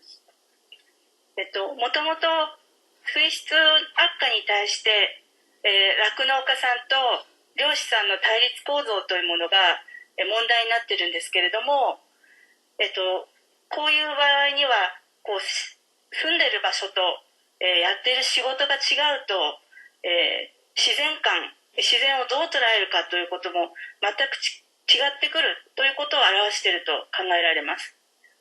And this originally started with the confrontation between the dairy farmers and fishermen because of the water quality deterioration, and we can see that because of the occupation and because of the residential area, the words they use are so different. 住む場所の違いが影響するとなると、酪農家さんの間でも違いがあるんじゃないかということが気になりました。So because there is a difference among the different areas of living, I started wondering even among the dairy farmers what the differences were. そこで次に行った解析が、類似度、言葉が似ているかどうか、似たもの同士かどうかというのを、解析するという、クラスター分析ということをやりました。このどうぞ。この図はですね、一個一個の線が、回答者それぞれの特性評価点みたいなものですね、を表しています。And next thing I did to solve my curiosity was the cluster analysis to find out the similarity rather than the difference. And each line represents each interviewees. で、解析の結果、4つのグループに、分かれるということが分かりました。つまり、酪農家さんが回答した、言葉の、似た者同士が4つのグループに分かれたということを表しています。And I found out that there are 4 different groups. That is to say that even the word used by the dairy farmers could be classified into 4 different categories. そしてとても興味深いことは、この一つ一つが酪農家さん一人一人の ID を表してるんですけれども、別海町の酪農家さんはこんな感じ、浜中町の酪農家さんはこんな感じで、という、住んでいる地域によって、類似度が似た者同士が変わるということが分かりました。And each of the round mark symbols represent each interviewee, and this is in a way an ID of the interviewee. So I found that even the dairy farmers living in Betsukai town and Hamanaka town are so different, but there are similarities extracted from this analysis as well. で、そのさっきの結果を実際に住んでいる場所をマップに落としてみるとこういう結果になります。こちらが別海町のエリア、こちらが、浜中町のエリアです。住んでいる場所によっても、その自然を語る言葉というものがきれいに分かれるという結果になりました。And I used the mapping technique to represent each interviewee on the map, and this part is red sky and the other part is Hamanaka. So you can see that even talking about the nature is so different depending on the areas they live.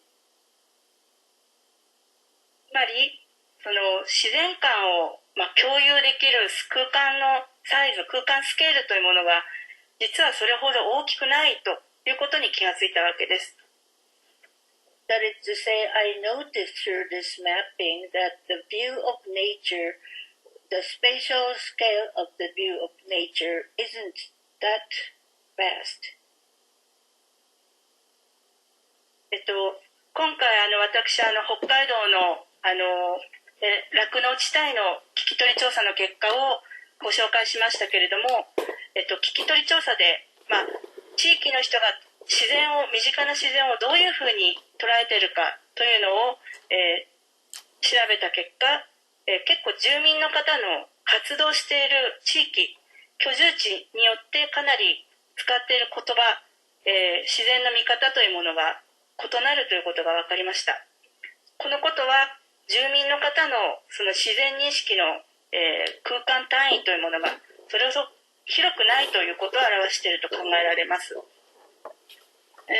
this time I conducted the in-person interview with the dairy farming residents in Hokkaido, and how their perception of nature is different or similar.